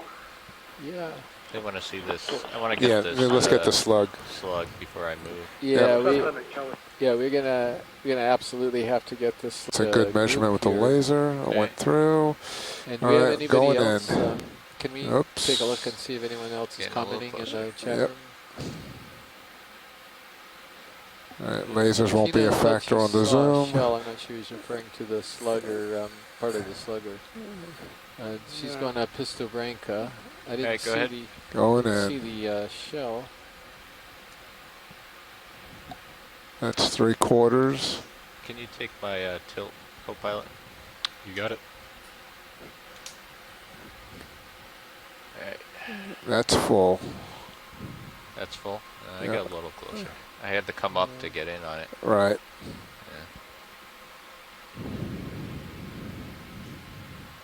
That's pretty good right there. I would think. That's not Not sure bad. we're gonna you know, I'm trying to remember. I assume that the Pluribranchia, is that in the Pista Brink? Yes, it is. So looks like she's in agreement with the general grouping of this particular sea slug. Got a 2 for 1 there. A 2 for here. Getting excited about a sea slug, does that mean we're sort of nerds? He's or? just in the shadows. I mean, I can see the fish, but... Tilt up a little bit. Yep, over in there. And actually, that's a twofer there because we're getting a really good look at the gill opening of this eel, which I'm sure Bruce is looking at rather than the sea slug. And Bruce, it looks like the gill opening is further down, closer to the ventral surface or at the ventral surface. I lost my toe hold.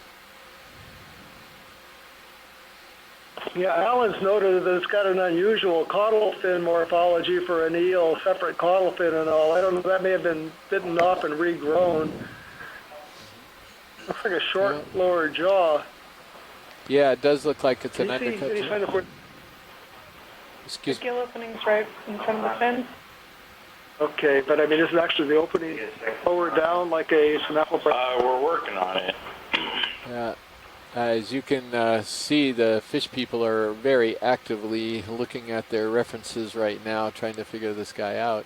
Oh, I see the tail you're talking about. That's pretty interesting. So could we get this urchin that's directly below? Whoops, what was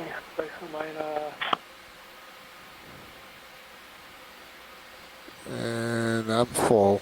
So I have an idea on this. Yep, tilt up if you can. Idea, although I've never seen this exact urchin before, but I think I've got a shot, and I don't know if we've got other urchin tilting up people here that are willing to give a guess. I'll wait on mine.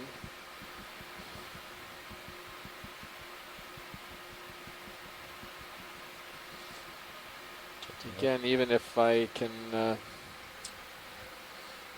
get it to possibly family or even genus, I don't think I've seen this one before of that particular group that I'm thinking of. I think we got that. All right. Yeah, Chris, you've given us a real puzzle here with that fish. I think we're going to have to work on that for quite a while to figure that one out. 8.3016, whatever the local high is, we can do that. I hope you don't get offended by this, but I am delighted that I've given you a puzzle. Sorry, co-pilot.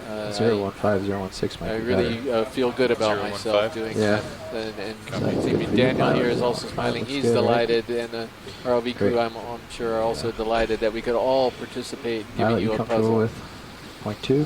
Sure. Yeah. Is that what they've been doing? Yeah. Yeah, well, this is why it's exploration. You know, we live for this stuff. We live for the new and the puzzling. Yeah. Go ahead. Yeah, so no urchin.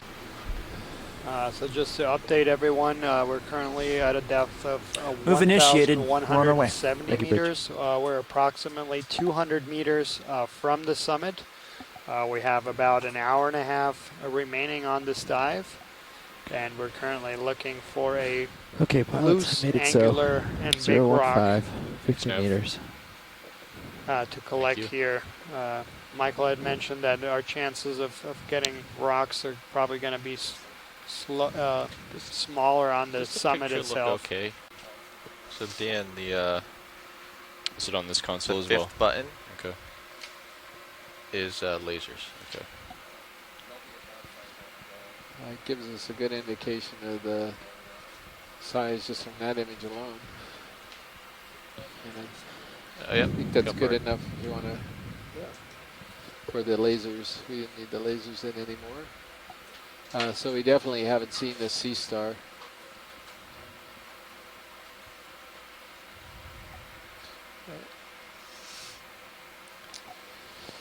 Oh boy. I think Chris is done for the day. I think that's what he said We earlier. can get more light on it. If, but I'm sure he'll be looking at the frame graphs after it tonight.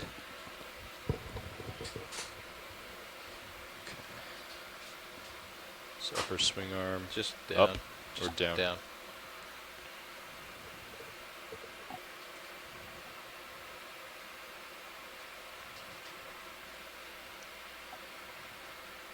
helped at all. Are hydraulics still live? Sorry. RPM up.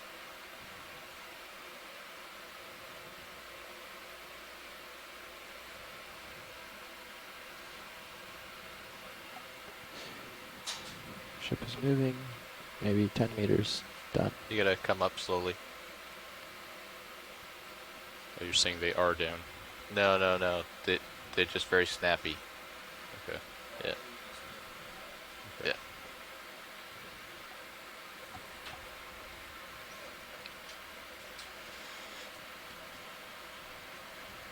Sirius is starting to So move. he's got, how many arms does he have? He's got 7 arms.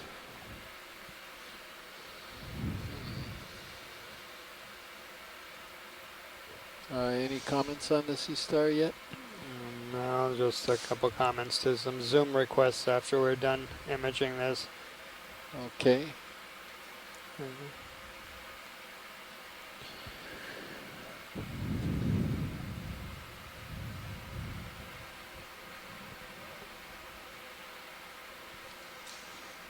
Yeah, I'm definitely not seeing a good match in the gallery that I've got in front of me.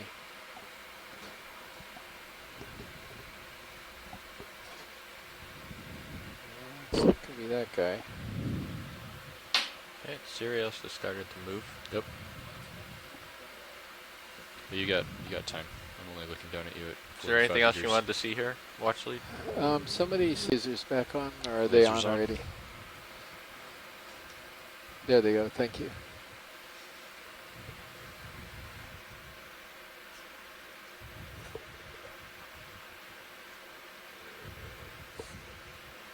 Sure. As I fly by it. Yeah, they always know. Oh, there's Yeah, another there's one. another one. That's the Aldrovandria. We could, if we could stick with the other fish, that's a little bit different. Okay.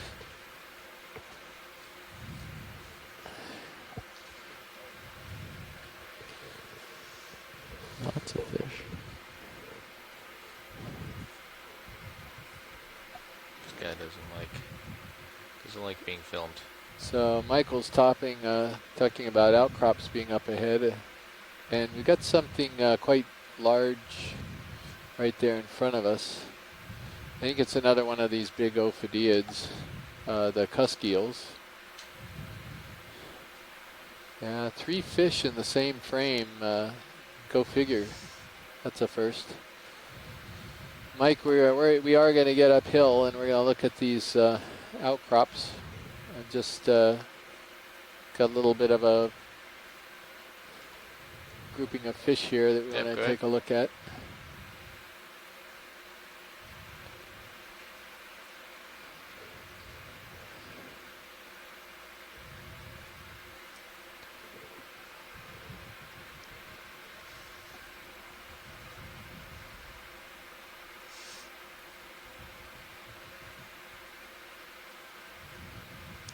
This is the same eel that we were just looking at before, the one that shot off to the right. I could see the tail.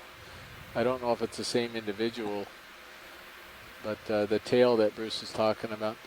It's probably okay, pilot, with here. Okay. We've already imaged this fish once before.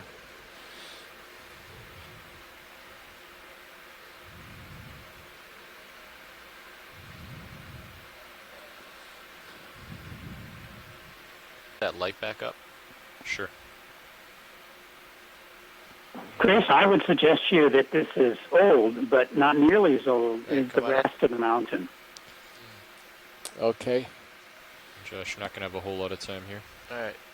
Quick snap on this video. I'm turning about 15 degrees starboard to keep you in my sight, and I'm 70 degrees pointed down. Alright. Wow, that's really beautiful. A nice shot. Gorgeous. Pushing to port and yeah. Try to get him in my light pool. It's interesting. Following. Yeah, do we have So we've got some people. Polykeet, yeah. Yeah. And really interesting to see if anyone can go further than that. We've had a lot of help on the polykeets on this cruise. And when you're done, why don't you come back to port? Yep. All right.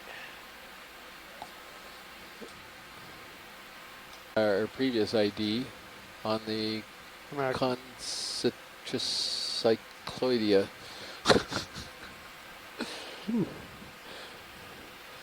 Should we do like a training exercise on that? Yeah. Go ahead.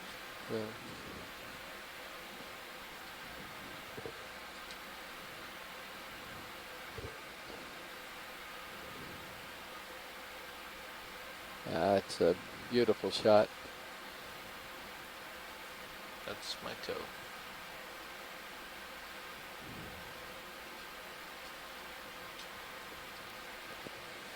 Three spines between the eyes.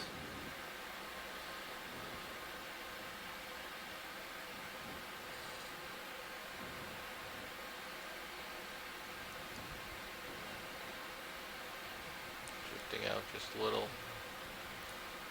You gotta see the little side spine in the ROV back nav, of the carapace Bridge. there. I think We have that completed also our helps position move. for the identification. Thank you, Bridge.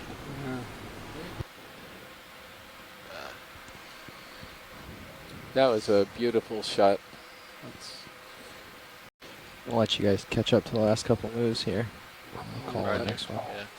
Just been Yeah, a I've bit- got to cover a lot of ground vertically. Yeah. Pretty steep. The final push to the summit, sort of like Everest, right? Or maybe Ooh, not that's quite the like next one. All right, coming tight. Looking down at you at 75 degrees. Copy. Yeah. Ship is I don't think we have should not too, seen so- this guy on this trip. Copy No, that. I don't think so either.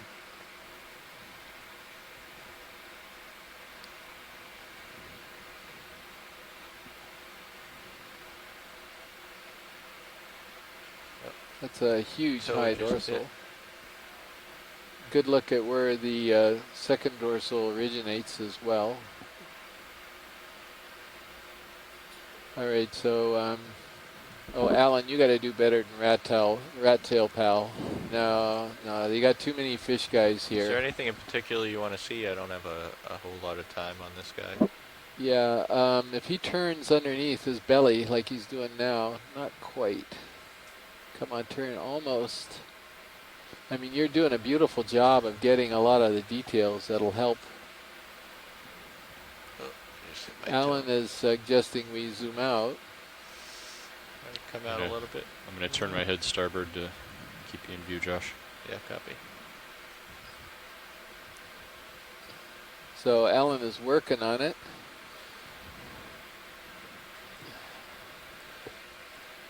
What's your camera angle? 76. 76. Yep. So you got. Yeah, good to get the lasers on them. That'll be helpful for the size estimates. But as Jeff reminded me, the No, ship is let's talk stopped. about- yeah. Yep. Okay, that's good enough right there. So it's a Sacco Calyx. All right, coming out. Yep. Why don't you That's- push port that and must push have been ahead? the one that when I just came in. Hand me down. Yep. We'll do. Just don't push too far out ahead. Yeah, I'm not pushing ahead at all. That's quite a rock formation right there.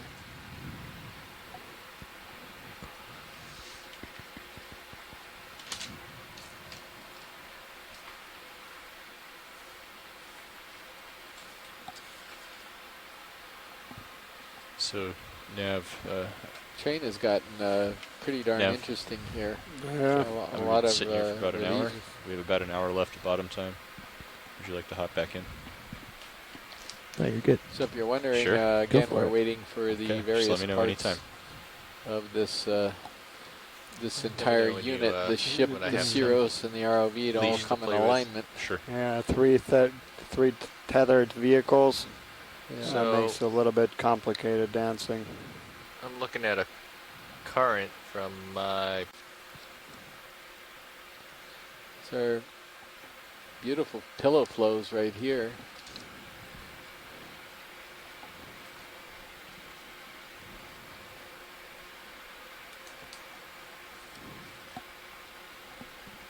So are these hollow inside, or are these solid, solid rock, the pillows? That's your cue, Jonathan or Michael.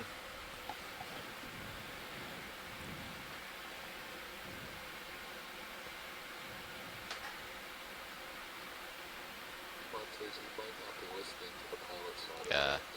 Roger. Well, it's okay. It was just a random question. So Jonathan or Mike, there was a question as to whether these pillows are solid or hollow. I assume that they're solid. They're just sort of a mass of magma that just is extruding. Chris, they're probably not hollow.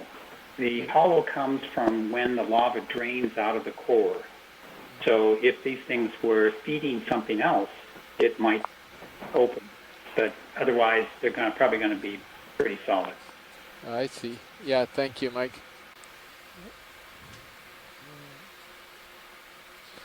So the animal is semi-transparent. Those of you who are watching, you can see actually inside the animal, and that sort of ropey, tan-looking thing is actually his intestines. He's ingesting a lot of sediment material, and he's pretty full right now, so maybe he's taking a break. And on your comment earlier about the summit, so we're at a depth of 1,110, and I believe the shallowest portion of this cone is around 1,100, so there's really not much to climb. Okay. Yeah, nice shot on that. Oh, there's two urchins on the top, is that right? I don't know if we can do, let's get the shrimp. And so I'm going to take a stab at this. I wonder if we could see whether it's got a serrated carapace, or not a carapace, a rostrum. You see if there's any, there are serrations on it, I think. So I think we're looking at Heterocarpus laevigatus. It's one of the large pandalid shrimps here in Hawaii.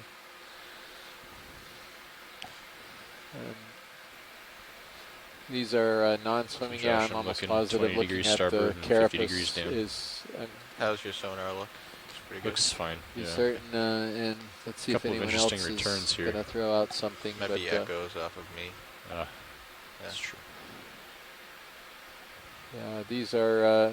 I wound up collecting a bunch of these on a project just south of Oahu a little while ago. We were looking at the effects of disposed ordnance on some of the sea life south of Oahu, ordnance that dated back to World War II, and we trapped a fair number of these things.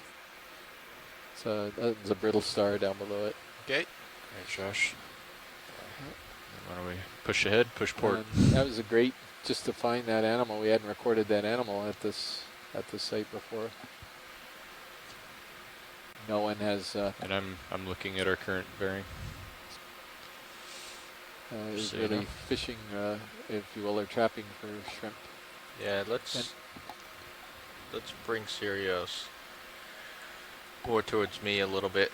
Get on the top of this ridge. I think these guys want to make it to the top. I think you might just try to push over towards the summit. I can, That was the ship stopped right now. RV nav, we arrived at our new position. Thanks, Bridge. Sorry, Chris, can you repeat that? I didn't hear you.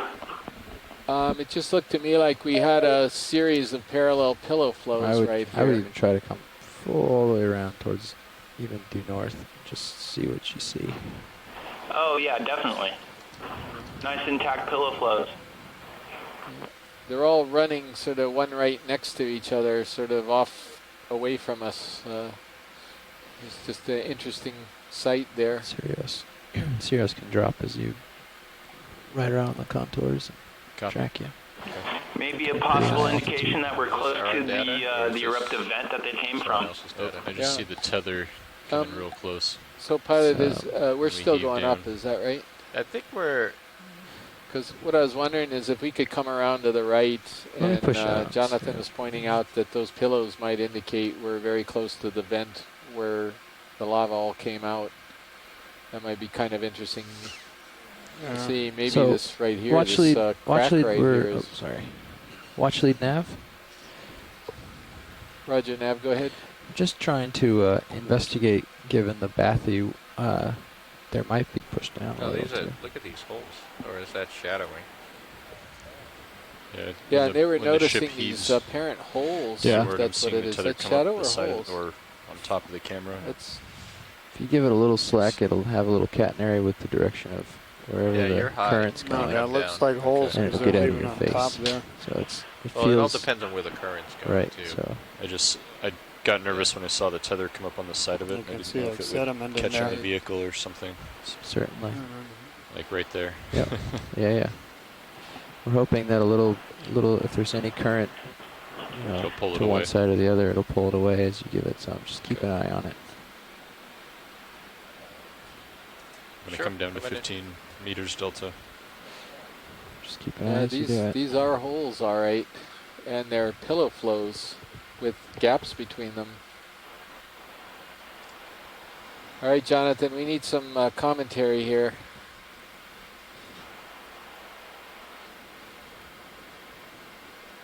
Chris, can you hear me okay? Yeah, yes, I can, Jonathan. We need some commentary from you here.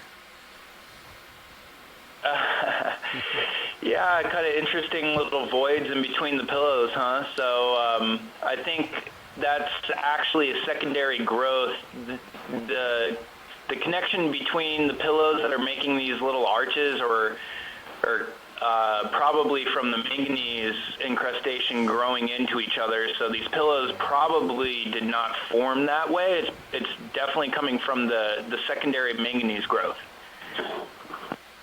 Well, that's helpful. Also, we were sort of in a little bit of a depression. Could that have been the event that you were looking for? Yeah, the video kind of cut out a little bit back there, but I don't think that would be the vent.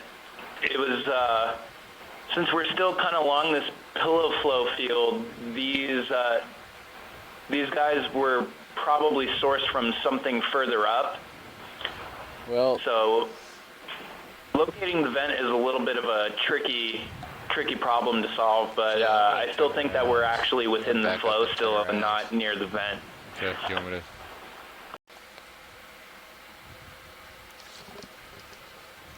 Yeah, come on in.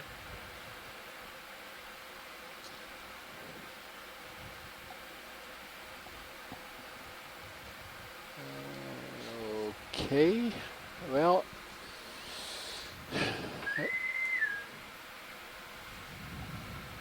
Ryan Loftus, you have a hold on line 1. Ryan Loftus, you have a hold on line 1. so a pretty safe bet would be the family ID, which is probably Ghania Sterid. But I'm trying to look at some reference materials right now. I don't think Hey, we have Nav, the I'm gonna benefits of Chris zoom back on in the on line right now. The sonar. If that's all right. Yeah, I've been slowly ticking in. How about the D2s. chat room? Have we got anything? You can bring. Anyone forwarding? Do whatever you want with them. Nothing. Copy. And I'm moving around on you again. Yeah. I got a current to Quick deal left with look now. at the white. No, to the left. Any chance? To the left. Right there. There he is. Sea urchin? Yeah, so he's a little bit different than the others. Okay, Just come a on in. quick look, that's all. Yeah, go ahead.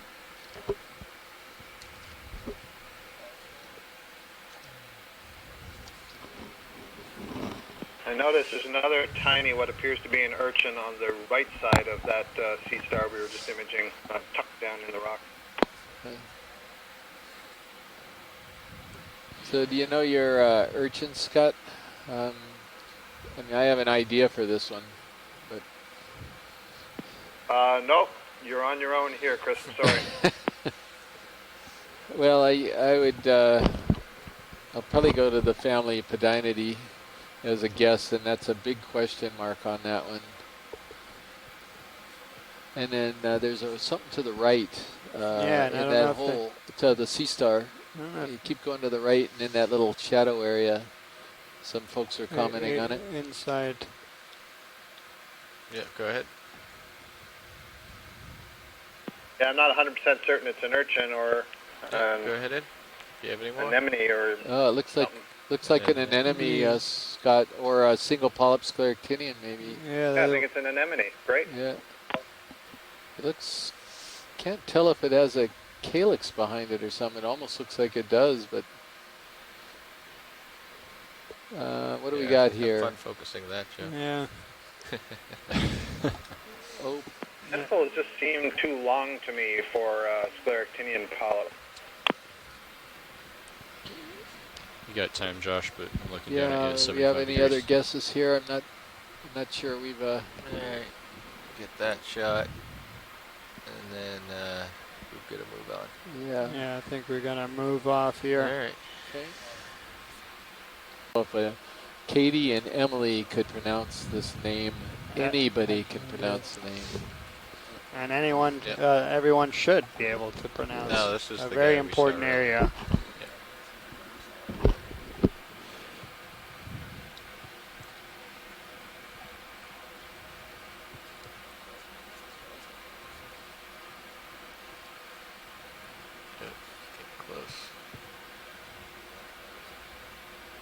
Got a rat tail fish, family Mercuridae.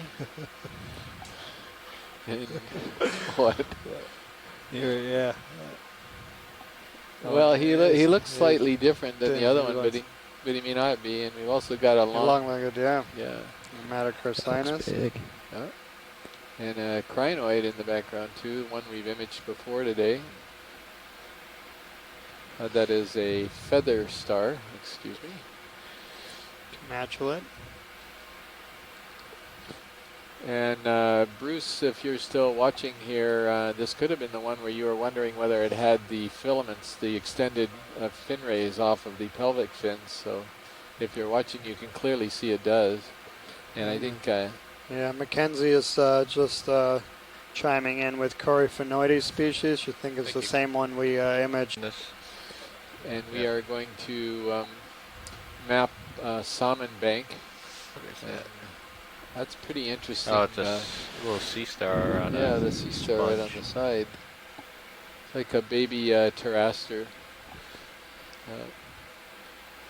But we are going to be, there's the stalk of the sponge, so that's Atlanticella for sure. That confirms. You can barely see that it's actually a vase, it's not a petal.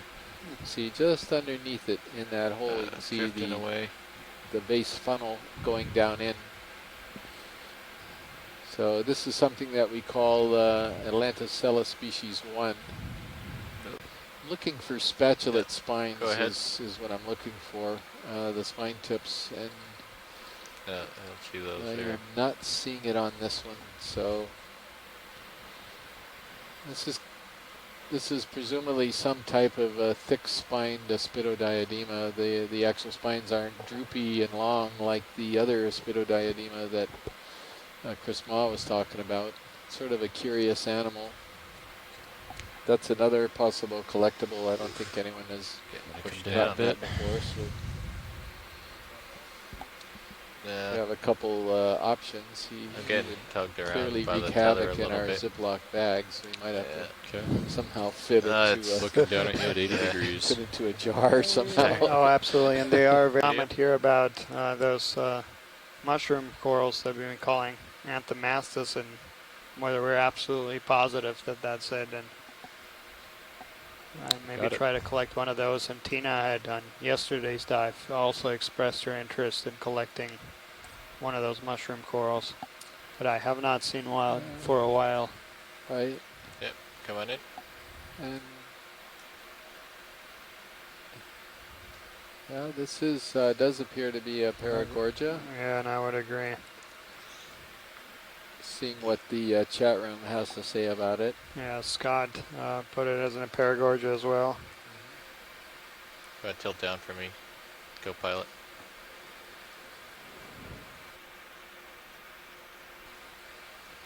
Oftentimes the Paragorgia have ophiuroid in them, I think.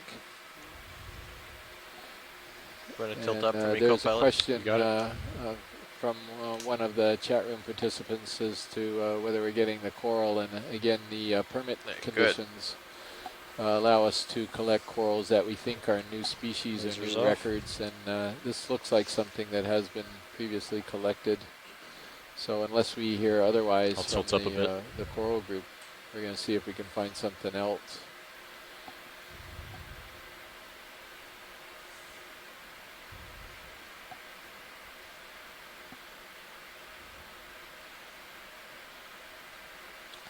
There's some interest in the, again, the Anthomastus. Oh, there's a nice little shrimp in there.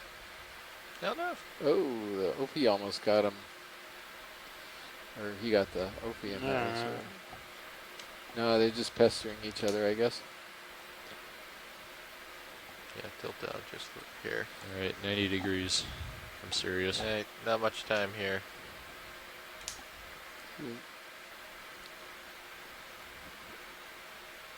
Yeah, that's as far as I'm concerned, that's bullying right there. that brittle star is clearly bullying that shrimp. I mean, can't we all just share? I think that may be the job of this ophiuroid, this brittle star camera on back that to you, coral, pilot. just to bully things off of the coral. Let's push out ahead. Different organisms.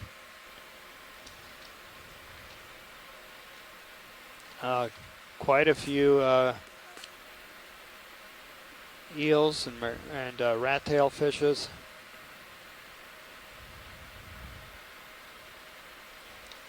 And coming up ahead here is a sponge polyopogon.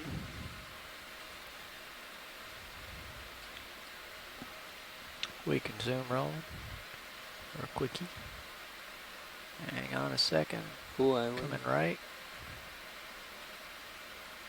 There you go.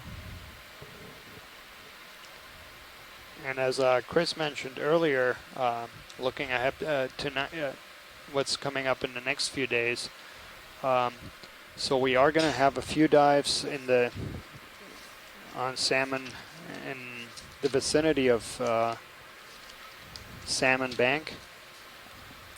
So tomorrow's dive is going to be on East Salmon Bank, and the day after tomorrow is on Salmon Bank itself. Now that bank itself has not been mapped, so tonight we will be mapping that feature and hopefully finding some suitable areas to dive on. Oh yeah, if we can get a quick zoom in. That little guy. Little guy? Yeah. Working it. Max zoom. Okay, I just came on here for... Yeah. Right, the same species, not the same individual. Yeah. And we've also imaged, this species. Those 3 spines there. Right in between the eyes. Just lead his claws. Yeah, working on it.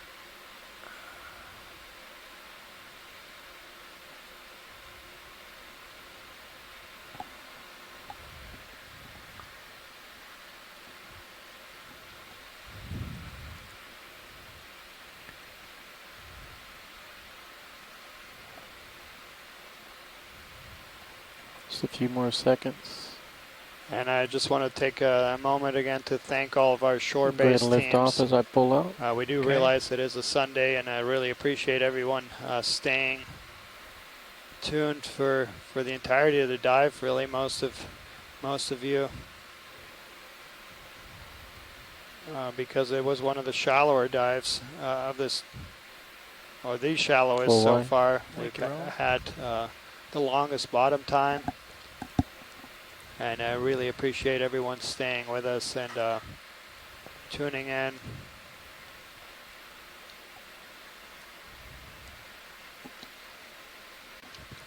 Coming in.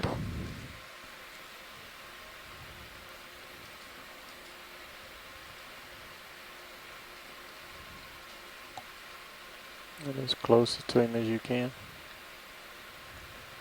Try from here, Roland. Okay. Hold that a sec.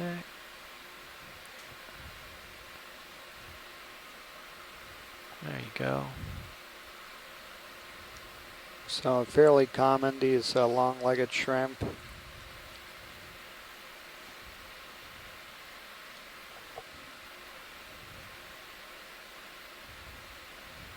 After we get this view, I'd like to see if we can't center his eyes and go max zoom. Alright, ching that away. There you go. Okay, a little tilt down. ROV nav, bridge. I think it's gonna go ahead, bridge. be right there. Yeah, I'm not getting anything from the expedition coordinator.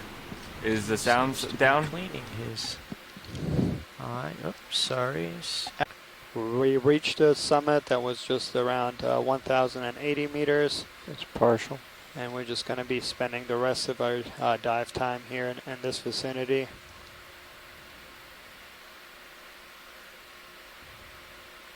Max zoom. Get a little bit of tether bounce here, but things are settling down. If I had arms like that, those crinoids wouldn't get away.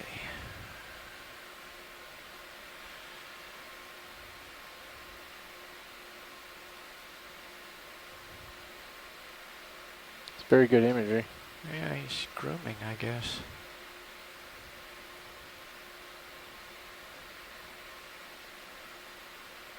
Focusing on the abdomen. Now just to update you on what we have covered today, we did actually cover the entire transect that we wanted to cover, which seemed like an ambitious task, but we actually did cover just under 1 kilometer.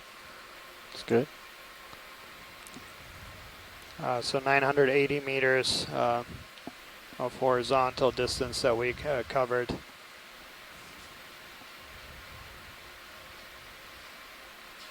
Okay, you can go ahead and lift off and I'll pull out. Okay.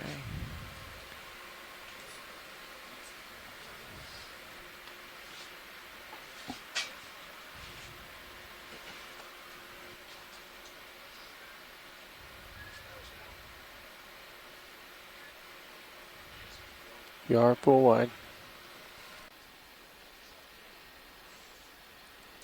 One thing I did want to mention here is the magnitude of the area that we're surveying as part of this expedition. Dan, one of the things I was talking to we are Dave currently close to 1,000 miles away as we from Honolulu, where we started ascent, this expedition. Maybe you can get a good shot of Sirius. Actually going quite a bit towards the northwest level still. with it. So most people that are not from Hawaii don't really realize how big. In that case, we need to start bringing in the swing arms. You got it. The upper starboard's going to take a while. Well, that's when you start your recovery process, not before the time limit. It's gonna We've got 15 minutes till we need to be off bottom, so we got to start setting up. So we're getting ready. Yeah, here people soon. don't realize how big the Hawaiian Islands are. We're currently at a latitude of 26 degrees, so we are technically not in the tropics anymore.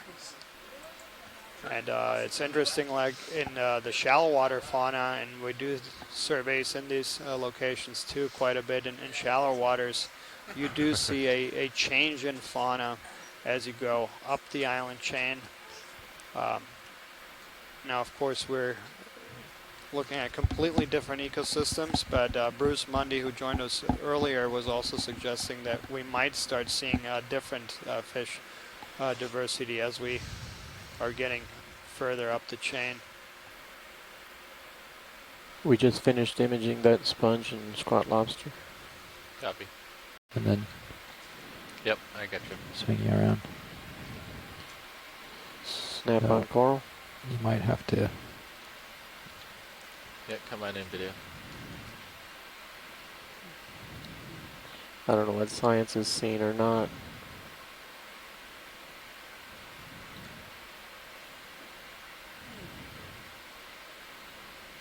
So we're looking at a unbranched bamboo coral.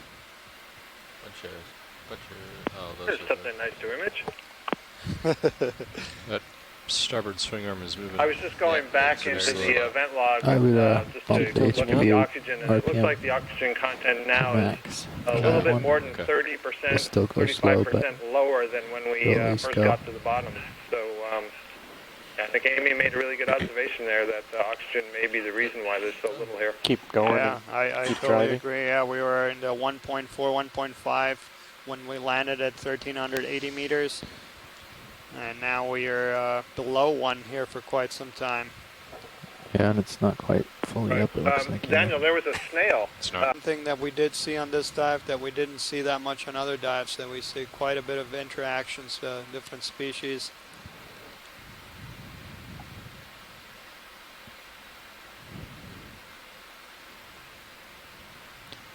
Little swimming. Yeah, come on in.